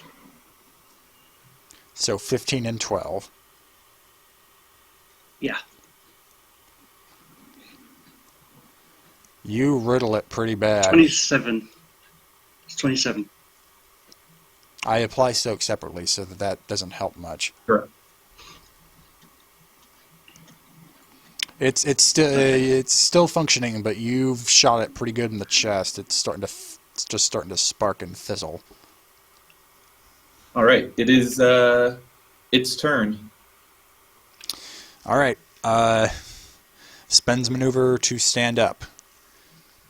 Looks at Nardell. Its head kind of quickly twitches between Nardell and Dara. And it's going to spend another maneuver to quickly roll away from Nardell and shoot at Dara. Okay, I'm going to use my. Oh God. Sorry, my dodge. How many ranks in that are you using? I have 1 rank in dodge on gunslinger. Nope, let me have a look on sharpshooter. Any adversary? I mean, Sheet has any, a summary on the second page. any ranged Not defense? Third page. Oh yeah, sorry, 1 and 1. Yeah, one Okay, range defense. so 1 red, 1 black. I am gonna flip. 5. Okay, so that is fifth. Actually, no, it's 18 damage. Pierce 1, Okay. and it's gonna crit if any of that damage gets through. Right. So Got like 3. 3 stuff. Yeah. Go ahead and roll that crit D.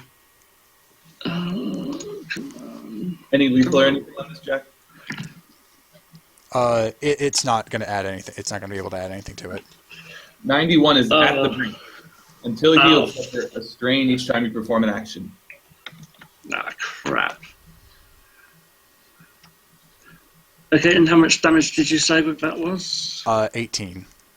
Pierce 1. Yeah. 18. Okay, that's 16.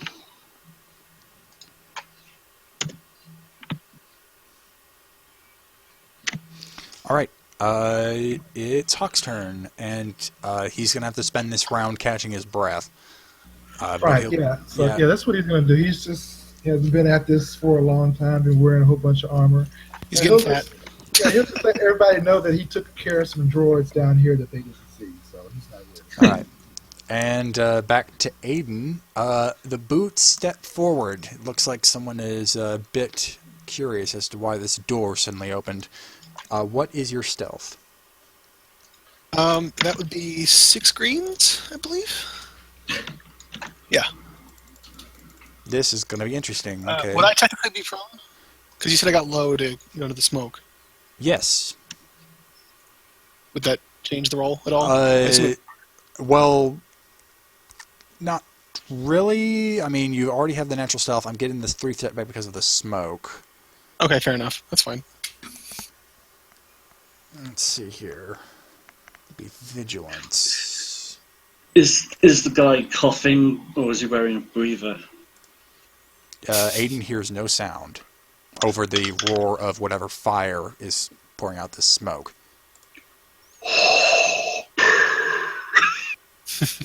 That's exactly what you don't hear. Holy shit.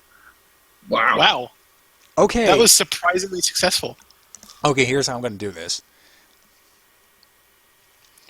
The steps come closer.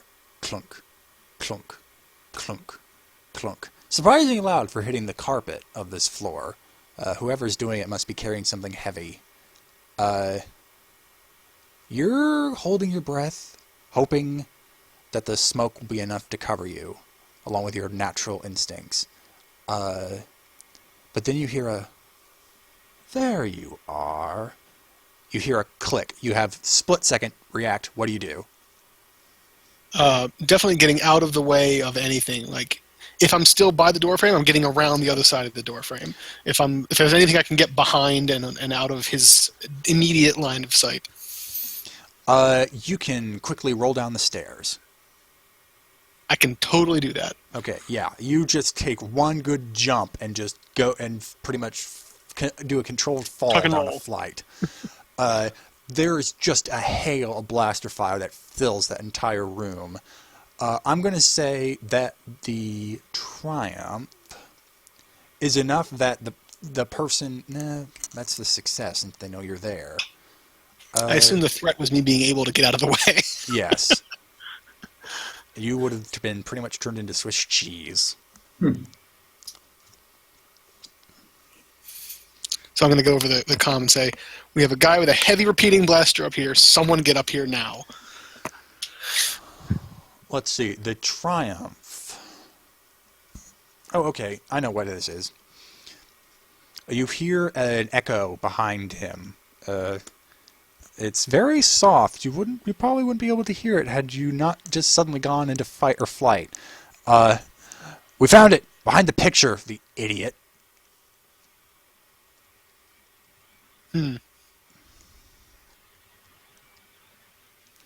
All right, and that's that. Top of the order, 3 PCs.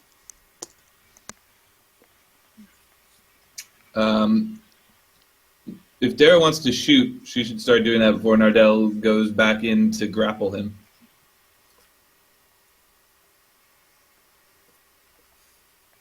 You're only unconscious over your threshold, aren't you? Yeah. Correct. If you are If equal you're to at your threshold, you're still up. Right. Okay, that's cool. Yeah, she's threshold only 15. 16. Whoa. Yeah, there's not much. Squishy. Yeah, too much squishy. Nardell thinks it's cute. 8. I mean, Aiden's right. only 18. He's not that much more adorable. Yeah, Nardell's 26 with 9 soak and 3 defense. You should see Wookiees even more obscene. Especially if they get Sure. those toughened talents. Anyway, I'm sorry, what were you doing? Yeah, I'm going to shoot it. All right. Right, it's rolled away, so it's not... Yeah, you don't have to upgrade because Nardell's not engaged anymore. It's just the Yay. one purple And it's one. standing, so that defense is gone too. Yeah, it's just going to be the 1 purple, 1 red, 2 black. I mean, I'm sorry, that's melee, no black. I'm thinking, hey, too bad. No. Okay, she's going to do Guns Blazing again. She's already taken the strain for it. Okay, so that's 12, 13, 14, 15, 16, 17. That's 18 damage. You blow, And- you just riddle it, it's down. You bastard, die! Like, it fires a good salvo at you, but then you just turn around and just go bang, bang, bang, bang, bang.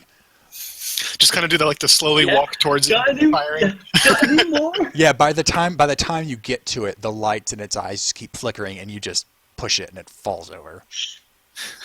just taps it with her finger. Tink! Boom! And then it just falls apart. All right. So that's the droid gone. So, Nardell, Hawk, Aiden. Aiden would like to be not where he is right now. Run away, brave Sir Robin! Actually, since he fired in this general direction, can I see him from here? I know he's kind of down the stairs a bit, so... Yeah, the thing is, the angling's kind of off because the doorway doesn't look upon the stairs. It's kind of like you have to go up the stairs and then turn left to go out the door. So, and he fired from the hallway, so he's still on the other side of the door.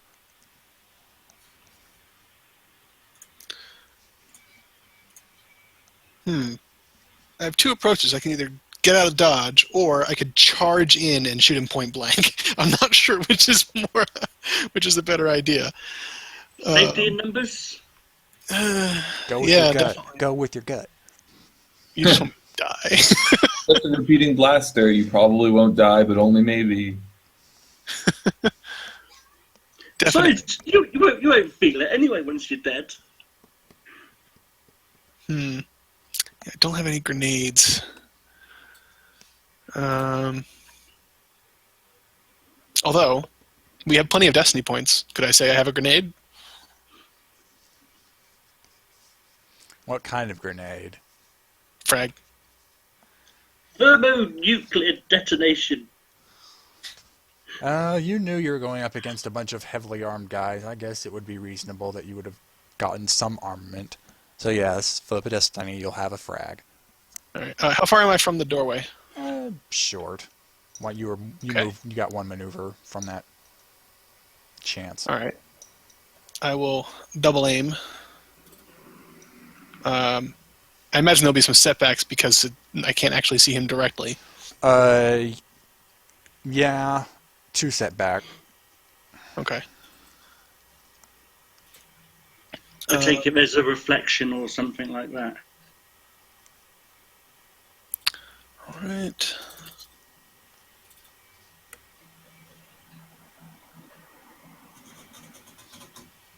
Just making sure I'm rolling the right number of dice here. Okay. And so it's short, so 1 difficulty. And go. That's a good little boom. It is. I don't know the stats of a frag off the top of my head. I think it's like 8 blast 5 or something, or blast 8. I got it right here. Let me pull it up for you. Yeah. Frag grenade is 8. Blast 6. Oh, nice. Crit 4. So I can crit and blast, just in case there's someone else in there. If you want to forgo that triumph from direct damage, I can have something interesting happen narrative-wise. Yeah, sure. I can do that. Okay, so as you throw the frag grenade, it kind of ricochets off the back wall. You got a good angle on it. It goes out the door, where you hope the guy still is. And as you get one explosion, you get a much larger explosion from that same floor. It shakes the room. It shakes the stairway pretty bad. You kind of have to hold yourself against the wall to keep from falling down. And just another big gallop of smoke just pours out. It starts to fill in the stairway now instead of just being by the exit. And so you did. It was 8 damage blast Plus the 3 success. Okay. So so with the 3 advantage, do you want to crit or blast? I think thematically blast makes more sense considering what just happened. All right. You hear Yeah. a very pained cry.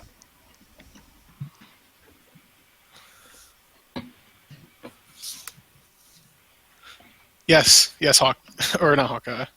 Yes, Darren, that is what happened. It may have been my fault. So I still have a maneuver. I'm going to take cover All right. and wait it out. You duck. You fall. You go down the flight a little bit. So basically, they'd have to go down a flight turn before they'd actually be able to shoot you. So you're kind of in an absolute cover. And that's that. All right. NPC. No, wait. Actually, one more PC. Sorry. Got ahead of myself. I mean, things are a little bit. I don't know. We're on the 20th floor we wanted to get, right?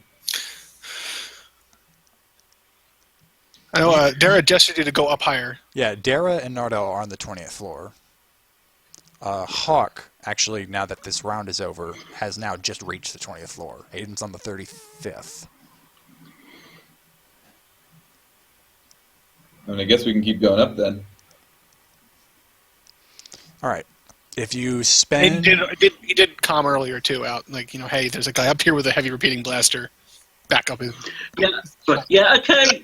You're on your own. Oh yeah, just remember we got another appointment. We'll catch you later.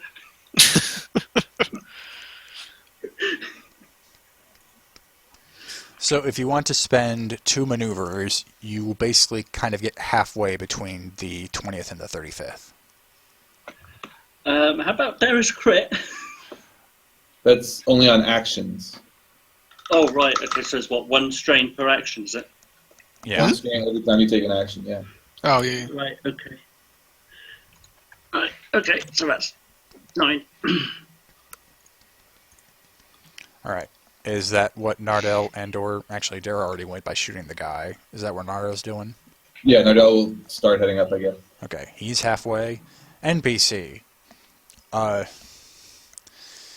You get... Aiden hears a moan, and then suddenly a hard thwunk, thwunk. Crit it. Thunk, thunk, thunk, thunk, thunk, thunk, thunk, thunk. And it sounds like that person has survived the explosion and has started to come down the stairs. That was 1, 2... You feel like they are on the other side of this wall. Okay. But that's their turn. All right. I have an interesting idea for next turn. All right. And next up is Hawk, who can now choose to move, but it seems like there's only one place to go. Yeah, she's going to go up. He's not going to go up in a very big hurry. You know, he wants to try to catch his breath, wants to be able to shoot straight when he gets there. So. He's going to take a casual stroll up the stairs. Yeah. So, Okay, so you spend your action, you spend 2 maneuvers to try and follow Nardell up the stairs. You're basically where he is, halfway between floor 20 and floor 35. At this point, you've heard a couple of other explosions and increased blaster fire. You're starting to get that some of these explosions are just purely conflict based. It sounds like a lot of the bounty hunters are starting to converge.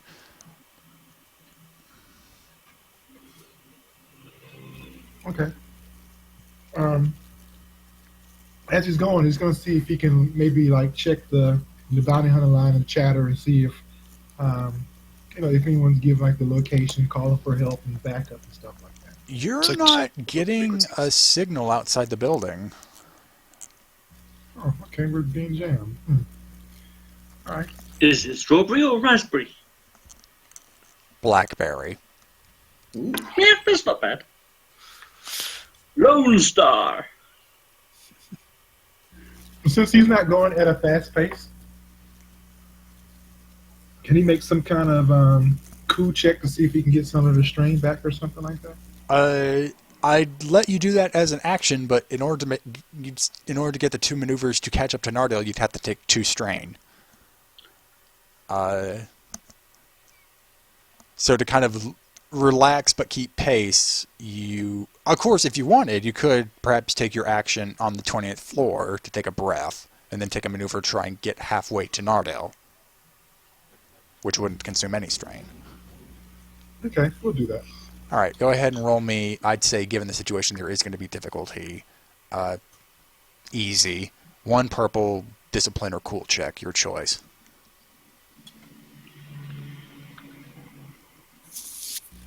He said discipline or cool. What's my discipline?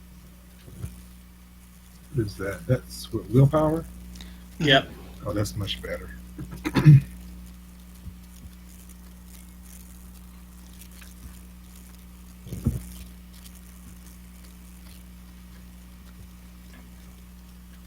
All right, 2 strain back. Okay. All right, and that takes us to the top of the round. Back to 3 PCs.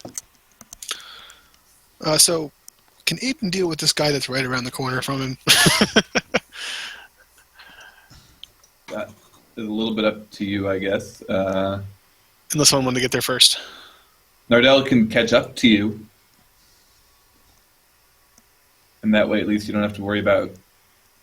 I don't know. Being the only target. Okay. So, So I have a feeling he's right on the other side of the wall, right? Yes. Okay. So I guess it'd be 1 maneuver to just kind of poke around the wall and then do the firing stuff, right? Yes. Okay. With 1 maneuver, could I get to the bottom of the next flight of stairs and around that corner? Or would that take 2? You mean climb down? Yeah, to continue going downward. Would that take more maneuvers? I'd say that would take a maneuver, since it's kind of like a whole slot down instead of where you were recently at the. It would take 1. Okay, so I could theoretically aim once, take 1 maneuver to poke out and then fire, or not in that order, but you know what I mean. I could do all that, and then I could take 1 more maneuver to go down a flight. Yes. Okay, I'm doing that. Okay, so that plus. So you're running back towards Nardell? I think that sounds about right. I'm going to fire first and then run down a flight. Got it. Lead him down, basically. Roll Han Solo check. Kinda. Only without the but yeah. So we've got. Oh, were these accurate too? No, that was the knives I had. The vibrant knife.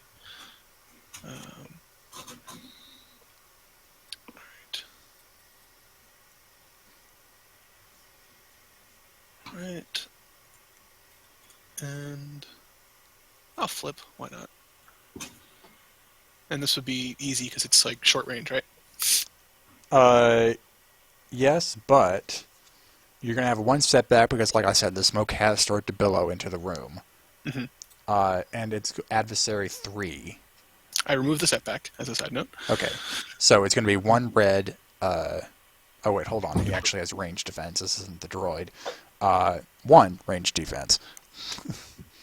Okay. So 1 range defense and adversary 3 for 2. Oh, wait, it's 2 red. And a black if you can't get rid of that other one. I can only get rid of 1. Yeah. Okay. So. All right. And I have an additional advantage if I hit with the second one. So let's go with that. A lot of advantage. So that's 2 hits. This is both blasters. The first one is 10 damage, and the second one is 13. And I think they both crit on 3. Yeah, so I'll crit on one of them. I can't crit on both. Okay. Go ahead and roll your crit for this guy. Oh, and Okay. now that you see him just in kind of a haze instead of full-blown smoke, you can tell that this guy is dressed in what looks like to be skin-tight military-grade armor. Does he look Imperial? He looks like a very stern human. 18 is distracted. They cannot perform a free maneuver on their next turn. Oh. And I'm also going to use the 2 remaining advantage I have to give him a setback. So he's like just taken by surprise by this. So I get the setback. And that's just And no free I- maneuver on the next turn. He would get it back in his next turn. Correct. Yeah, it's just the Okay. next turn. Yeah. So then, and remember, my last maneuver is going around to the next corner, down Okay. the next flight. Yeah, so, So then from his halfway to perspective, Nardell? the maneuvers to go between the floors I've heavily abstracted. Okay, Now that that's he's what I so thought. he's so close to combat that he's going to have to be a bit more careful going up and down these stairs. Right. So he's closer, but not to a sense that it would really save you a maneuver. Okay, so from his perspective, this guy just popped out, leveled his gun, fired, bang, bang, and then quickly dashed off. Yeah. And he got kind of knocked against the back wall by the force of the blasters. Find that hilarious. Anyway, 2 PCs. I mean, Nardell. So Nardell could spend his 2 maneuvers to basically catch up to Aiden now, and then we'd be in the same place. Yes. I will do that, and As that, he gets close, I'll gesture around the corner and be like, there he is. He's like right there. yeah. The next flight up. And let me see if I have a useful action from my passive one of my passive options.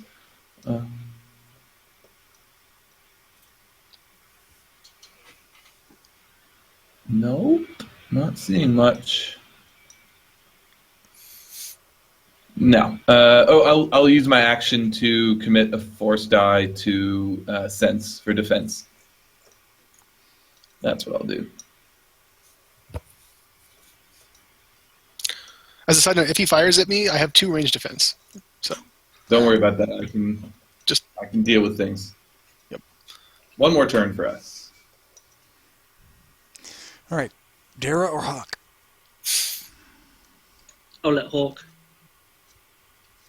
Okay, so Did you, he's gonna. just to keep track, did you spend a maneuver in your last turn to try and follow Nardell? Pardon? I think he spent 2 maneuvers to keep going up. Well, no, that And- was the last round because then he was already at the 20th floor, and then he spent an action to rest. I think he spent. Did you spend one maneuver to try and follow Nardell up, or did you just stay on the 20th floor? I'm on the 20th floor, because I think I rested action and then I did a maneuver. Okay. Oh, so you still Okay, have the so if you spend one maneuver, you'll catch up with Aiden and Nardell. Okay. So I'm still not able. This person who's shooting people, right? If you spend another maneuver, you can go up the flight of stairs where the guy is, which I'm sure No. Aiden will tell you. Yeah, Aiden will gesture as like he's the next flight up. You know. But I wouldn't have any cover though. Yeah, you would be pretty exposed after that, because you'd be right in front of you. Yeah, so I guess yeah, we'll just go up one so that the next time that we can. So you'll just stay in the same spot as all of us. So I'm with y'all. Is that what you said you're doing? Yeah, I want to come up there with y'all, but I don't want to be exposed. So the next Yeah, time, you can either be with us or ahead of us and exposed. I would be with y'all then. Yeah, no, don't worry about things. Nardell's got you covered. Stick So with you him. so you're saying I can just stay with you and everything's all right? Yeah. Okay, yeah, Just stand by him. You know. okay, yeah, we will do that. Yeah. Jack, I don't have a hard stop, but it's getting towards the end. Are we getting close-ish? Yeah, like, yeah, you're getting close. I just wanted to double check. It is a NPC turn. All right. You hear a small amount of swearing coming from the flight above. He's like, "All right, you Griffin bastard. You want it? Here it is." And you hear a soft beeping, then a clang, clang, clang, clang, something falling down the stairs. He's Oh, boy. throwing a grenade.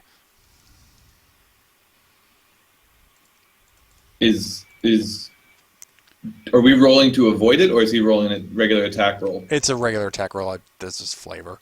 Who's he aiming at? He only knows that you're there, so he's aiming. So, two range defense.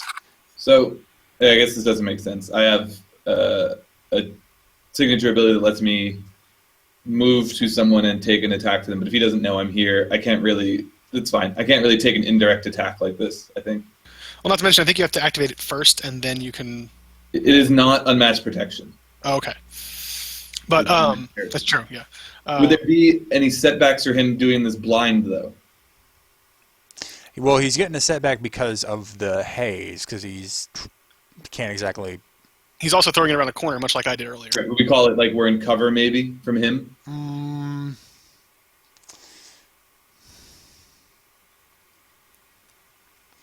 The thing is, retroactively, that means Aiden should have gotten setback 2 when he threw, and I didn't, so... Well, I thought you gave me setback. I gave you setback for the smoke. okay, that's fine. That's fair. Do you have any other But I range do- defense aside from the I have two 2? range defense, and I'm going to dodge twice. Okay. So that's 2 strain for me. And then I'm going to use whatchamacallit, second wind, so I get all that back. Okay. Alright, he's unable to activate Blast, but the grenade pretty much bounces right in your face. 10 damage. In fact, you do a bit of a heroic thing and shield Nardell and Hawk. There we go. That was silly.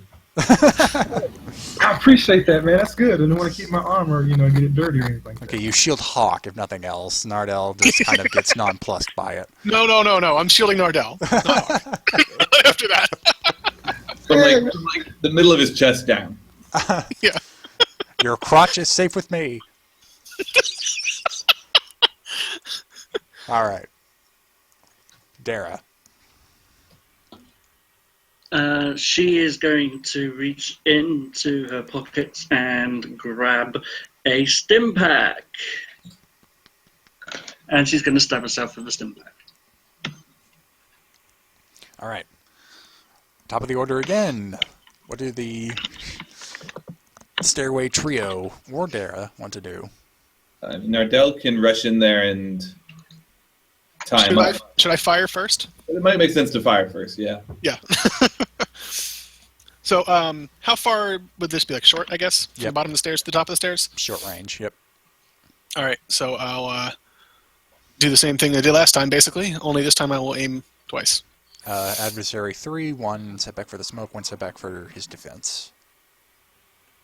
Okay, I only have 1 setback because of that. So, and 1 extra advantage if my second one hits. So, go. Wow. Yep. Headshot, dead. I don't even need to hear the damage. It's hold on. Yeah, 15 and 17 plus a crit. Okay, 2 holes in his head. Dead. No, 2 holes where his eyes should be. Yeah. Or that, yeah. Yeah, For the advantage and the triumph, something's happening. You'll find out in a sec. Gotcha.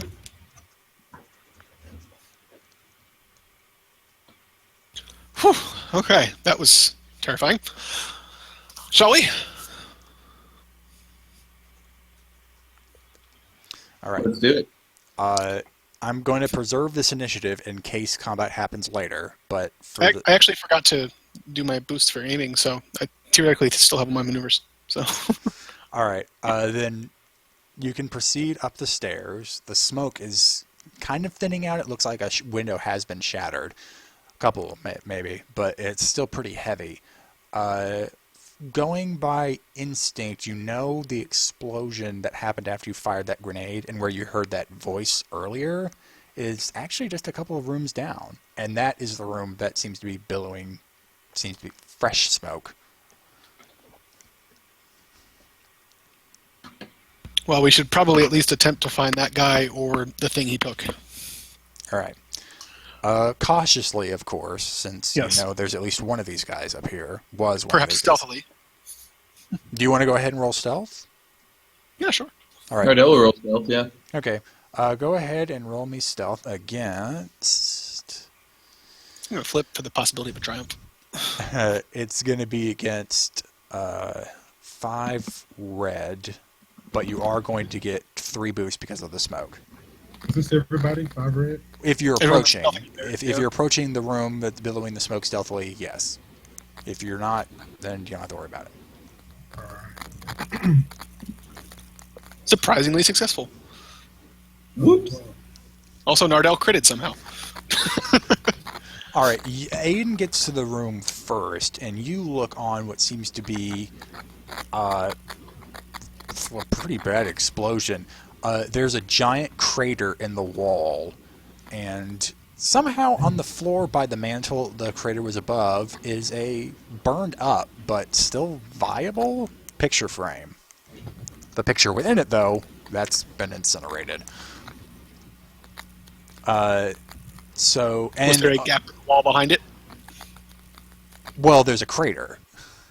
Oh, right. And on the floor you see 2 bodies dressed a lot like that person you just killed earlier, and 2 people that seem to be on the ground, but they're just coughing, they're wheezing, it looks like the wind's been knocked out of them and they're pretty badly injured. They're trying to recover. I'll drag at least one of them out of there and up against the wall or something. As you Over towards approach, there's a large crunch as Nardell steps on something pretty loud, and you see the bodies suddenly flinch and they grab for blasters. Aiden's pretty fast. Probably He either go up first or stop him. Aiden went first, so actually starting the round over again, since we kind of slip back in narrative time with the same round, 3 of you can go. So they quickly try to arm themselves and fight back. What does Aiden do? Or Nardell? Nardell could try to terrify everyone, if we think that would be useful. Yeah, definitely. All right. What is there a set ability for that, or It's average.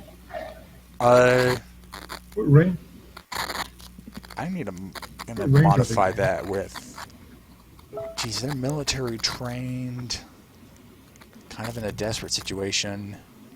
I'm going to give you 2 boosts, but 5 setback. Wow. 2 boost, 5 setback. Yes. And then actually, I'm also going to flip to upgrade. So 1 and 1. Do I get to remove those from coercion? No. Zebo could remove all of them, but not Nardell. 1 and 1. Zevo could have ended this whole thing with a nice chat. That's probably true. So that will. I still remember that bounty hunter one, or the the Mandalorian one. Oh yeah, that was fantastic. It was. They are 3 targets are disoriented for 1 round. Alright. You give a nice roar that is so powerful, the smoke just, it looks like it's bellowing out of you for a second. And then you hear a, oh shit. And then, so presumably we have needed 1 maneuver to get up to them, basically? You were kind of by the doorway already, it's just that you weren't as stealthy as Aiden was. So I'll use 1 to get, like, stay in cover kind of at the door. And another on coordinated assault, which will give the 2 of the Hawk and Aiden a free advantage on their next combat check. I will say Aiden's blaster was probably leveled at them when this happened, so like that's there. Yeah. So you'll get a free advantage. Cool. Alright. That was Nardell. Yep. 2 more. So these are bounty hunters, right? They're dressed the same way the guy Aiden killed is. They are presumably bounty hunters. We do Okay. not really know. What range are they? Short. Just Short? They're just a short stroll into the room. Okay. Hawk is going to see if he can put some damage in it. How many are they? 2. 2. Keep one alive. We want to question them. All right, keep 1 alive. All right, he will try to do that. What's their defense? 1 range defense, but there's also going to be 3 setback because of the smoke. 1 range, 3 setbacks. And remember your free advantage. Yeah.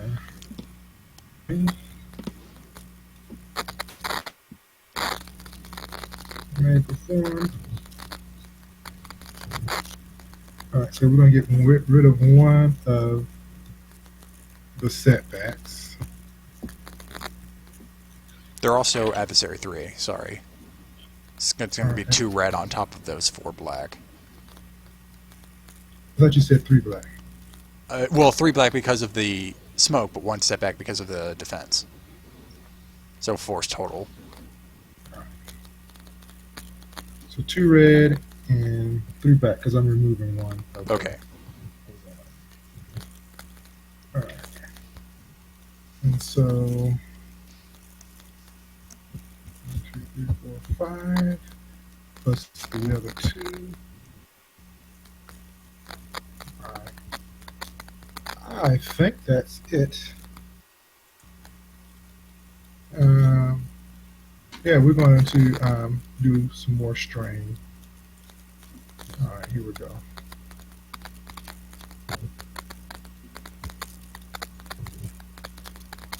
I'm going to go ahead and say that hit him. Yeah, something like that. And then we would do that too. So that is 11, 12, 13, 14, 15, 16, 16, 17, 18, 19, 20 with 2 pierce for 1 shot. 1 shot? Yeah. Okay, one of 22 them's pierce. dead. You leave a nice smoking crater where their face was. Alright, and then we're going to do Spitfire and hit the other one for 10, 14, 1 pierce. And another smoking crater where her face used to be. Both dead. Okay. I wanted you to keep them alive. I'm just like, whoops! Isn't like aren't you a bounty hunter? Aren't you like supposed to know how to take these guys alive? Come on. I mean, I've been out of practice, man. What part of alive don't you understand? You're rusty. I know, I get The it. part where faces are intact, apparently. They were great shots, by the way. Just excellent. Right. I mean, that's all he's been doing. Let's see. That's how many advantages do he have? That's one, two, I mean, with that many advantages, could he hit them in the arm or something? Like, He had a chance to declare stun damage. it's true, he did, and he wasn't short, I think, too. So I tell you, he's just out of practice. You know, he's been breathing. I have 1, 2, 3, 4 advantages. Though. the stun switch is on the right. That's 10 advantages. Can I just take? If there's no other people in the room combat, he's going to remove all strength. You might find some nice things on their person, but they're dead. Okay, how many advantages you going to take from? Well, how many do you want to offer? You were going to talk to him. Okay, let's say 5 advantages. Okay. I'm sorry, 5 you're going to need advantage a for something good on the corpses. Got it. All right. I mean, and it's just like, man, they're soft, they're squishy. I'm sorry, Aiden. You know, tell your guys. All right, just next time use the stun button or something. Stun. I don't even know what that is. You have pistols, right? It's that one right there. It's the one that's opposite the safety. Yeah. All right. And Outside, you're hearing the sounds of battle die down, and actually sirens are coming in the distance. We should be quick. Let's just find out what these guys had on them. All right. You search one of the smoking crater faces, and you find a data pad with just a single word message. Target identified on 35 FC. Agent Volklin will be off-site, but will expect results. Your personal contract will be fulfilled in addition to the contract you turn into the Devels. Definitely Imperial involvement. Where the picture looked like it was, you said there was a crater there, so you think maybe it was booby-trapped? It definitely looks like it. It doesn't even look like there was a safe there. It looks like once you moved the picture frame, it went off. Okay. Yeah, Macron's smarter than they think he is, I think. But, any sign of Macron at all? Go ahead and give me... it's your choice, hard or daunting perception checks, but 3 setback because of the smoke that's still in the room. Actually, by this time, it's kind of started to filter out 2 setback. And Dareth appears in the side room and goes, "What are we looking for, boys?" Macron, look. Anything related to him? Yeah. Maybe one of these guys was Nothing. Jackie, man. Oh, okay, we're looking for Macron. Okay. I can probably help. Well, we already roll. Are we? Is everyone getting to Yeah, roll? everyone's rolling it. If you're searching, this is your chance to roll. Oh, How many I'm sorry, setback did you say? 2. 2. I get to remove 1 due to my eyes.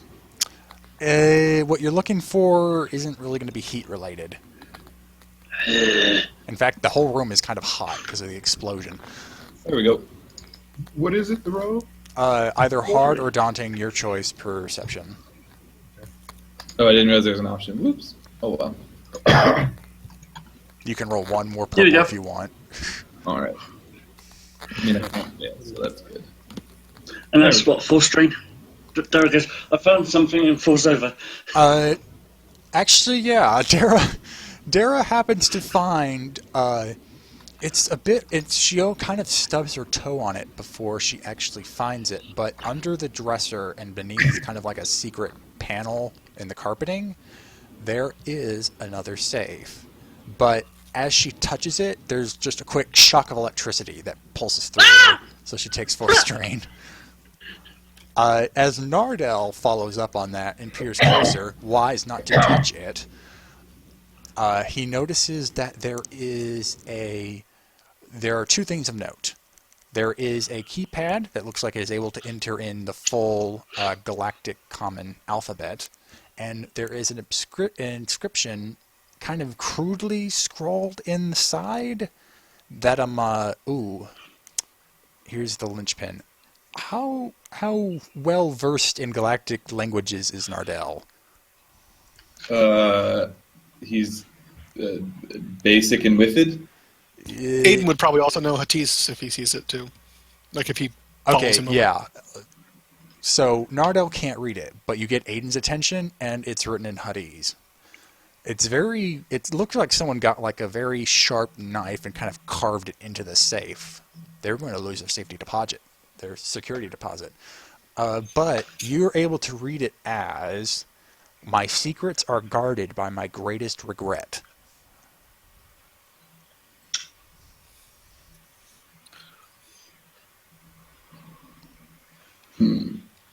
Nardell's vision may be some clue, considering what he said in the vision. Didn't he have regret killing his brother?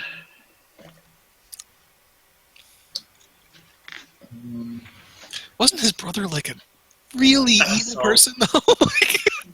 Yeah, his brother was a real asshole. Like, Yeah, his brother was really, really bad.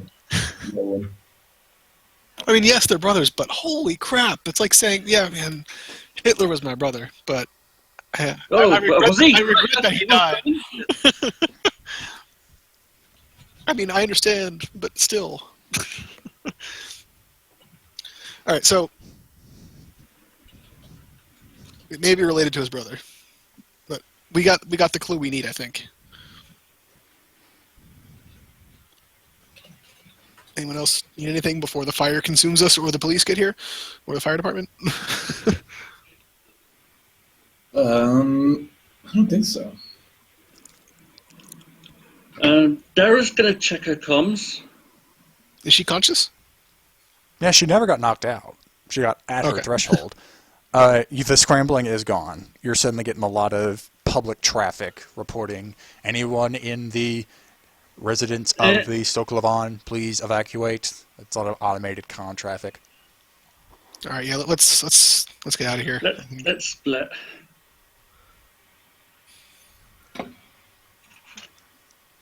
All right. Let's leave these guys to the fire or the authorities, whichever shows up first. Wouldn't it be prudent to take their ID, just in case? Do they have an ID on them? I mean, I don't know about you, but if I were like, shooting up a hotel, And why are we worried I about would- their identity? Like, yeah, And they're supposed to be bounty hunters. Bounty hunters are supposedly supposed to the carry credentials. ID on them, credentials on them at all times. These guys seem like they're either not bounty hunters or are just working closely with the Empire anyway. So I don't know if it would even matter.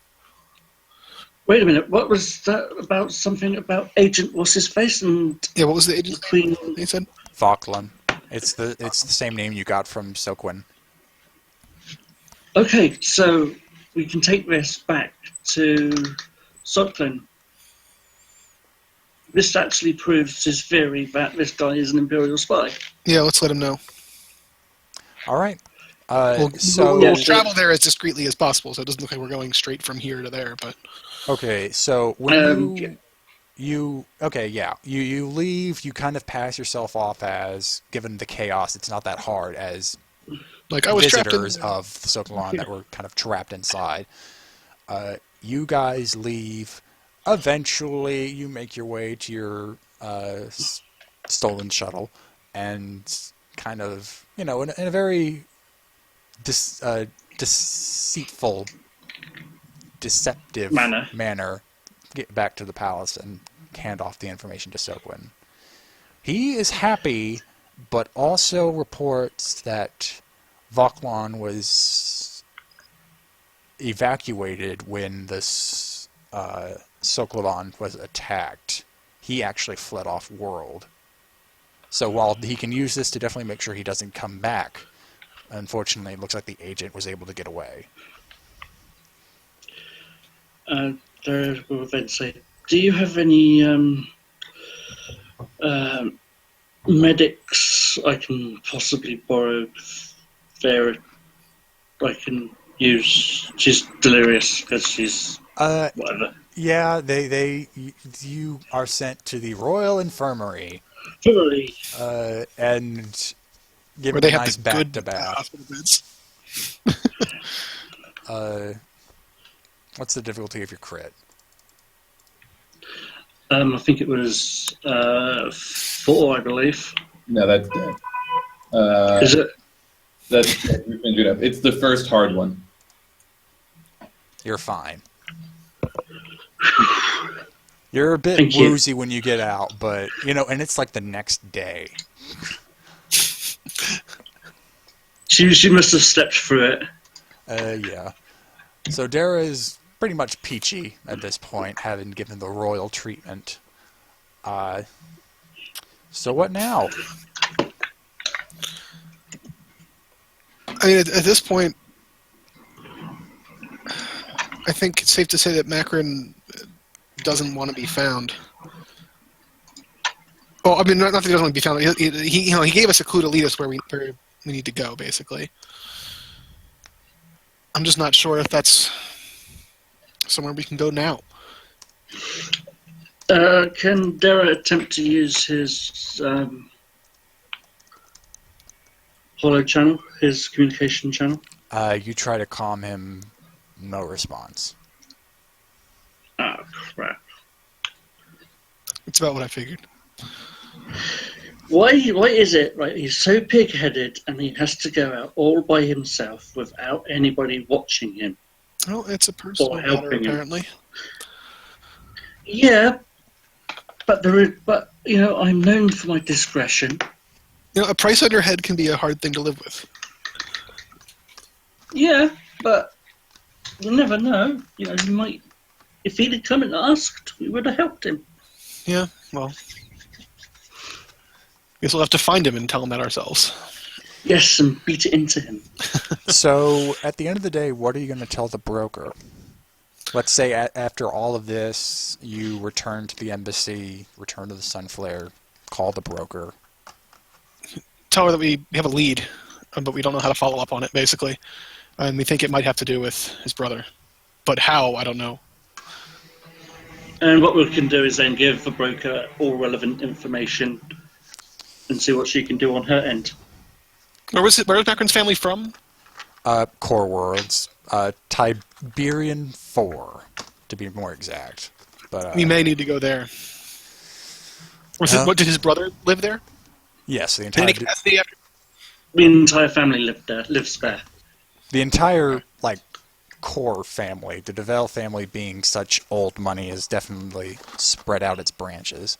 The broker will express hesitation that while it does seem that Macron's trail has been somewhat covered by this, for lack of a better term, clusterfuck, the bounty hunter guilds have stepped over one another and trying to get him, and as a result have completely muddied the waters. So Macron may just be in the clear for the time being, but the broker expresses concern that ever since his last mission to Kahar, he has been exhibiting symptoms of mental disturbance. He's never been the same since that. I feel like his sister has to be weighing heavily on him. Perhaps it was a mistake to keep him in field duty after these events, but unfortunately... At least not solo work. Unfortunately, it looked like he may have been in better condition as of late, especially since you recovered objects from his home. I guess even I'm prone to overestimating, or perhaps underestimating him. Regardless, Well, you have I would made actually call sure it a safe that house. the network's information has been secured, and for that I consider this mission accomplished. I will probably task one of the core world cells to keep an eye on any DeVille activity. Perhaps Macron will maybe slip up or make overtures, and we'll use that to try and pin him down again. He's bound to resurface eventually, and And again, you know as well as we do that he's perfectly loyal to our group, so I don't have any worries in that regard. Could we, I don't know, send a coded message on whatever frequency we know that he's used, just to say, And if we know he's just send a message. probably he won't use it. A message in the clear, I understand, has the best of intentions, but we cannot exactly afford such a message. I can perhaps try our mutual contacts and see if one of them can pass something along. In fact, I believe there is someone on Wayrite that might be able to be of assistance. Sven over Paul. I'll try one of you should try contacting her to see if she might pass that message along. Okay, Dara will say, okay, I can do that. Alright. And with that in mind, it comes to the end of Shadow of the Broker 135 Contingencies, as the agents found themselves caught up in Macron's own contingency plan. So, for a job well done, the broker will give you a small stipend of 1,000 credits apiece. For experience, base 15, you will get +2 for... Actually, no, sorry, I misread that. +3 for eliminating the ghost team. Somewhat by their own devices, but otherwise you did dispose of them. +1 for recruiting the help of the Queen without having to deceive her about the mark. And that's all on my end. Any pitches? Let me have a look at this shuttle. Ding. Oh, it's open. Okay, yeah. Plus, you have a free shuttle now. You've basically stolen it. That would be a great shuttle to have for the cause. I think, unfortunately, after the events at Gahar, the company is going to catch wise and probably going to cut the funding. But hey, the shuttle itself is still usable. They can't track that shuttle now. So would that count towards Aiden's resource acquisition duty? If you want to give it to the rebellion, it would be a nice diplomatic ship. Yeah. Yeah, sure. Go ahead and give yourself a +2. And then a +1 just for the my god. You're going to add another XP for that, but you didn't say how much. We're at 20 total, right? Yeah, the +3 for the ghost team, the +1 for the Queen, and then the +1 for the ship. Okay. So that's 20.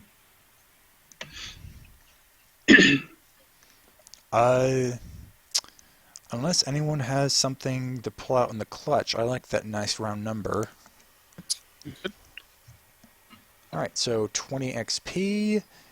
Aiden got some duty.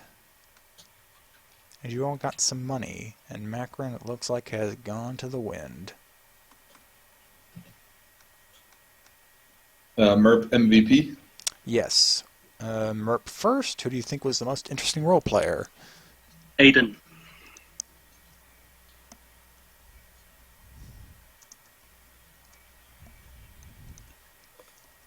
I think Aiden did end up doing most of the talking. Because the Queen was your contact, and in a loose sense, yeah, it was more like the contact of the whole group that was on that mission. But Aiden ended up being the only one from that mission. So exactly. All right. With no contradicting nominations, it sounds like Aiden gets MERP. Congratulations. All right. MVP was the most valuable player.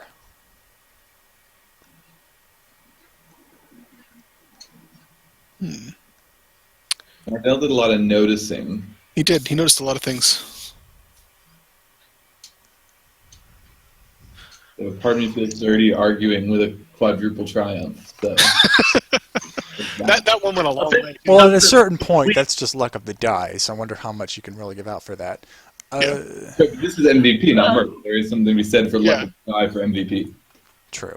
Oh, that already went into the shuttle thing, I think. Dara for finding the last clue for Macron. Technically, you and Nardell found that.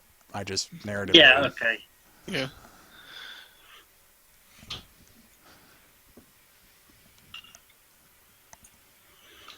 And actually, I mean, Nardell kind of, he had that conversation with the blind woman that really kind of gave us the clue to go Yeah, the clue right direction. Go higher. which is pretty crucial. Yeah. All right. So Nardell ends up with the nomination. Any others? Small group, so. Nope. Okay then. Nardell gets MVP. Great. I'll add all this stuff after they play tomorrow. All right. I have Thanks. it in a drafted email right now. All right. And with that, I will call an end to the first session of Shadow of the Broker 135 Contingencies. I really need to stop doing that twice at the end of these. Regardless, thank you and good night, goodbye, whatever. See ya.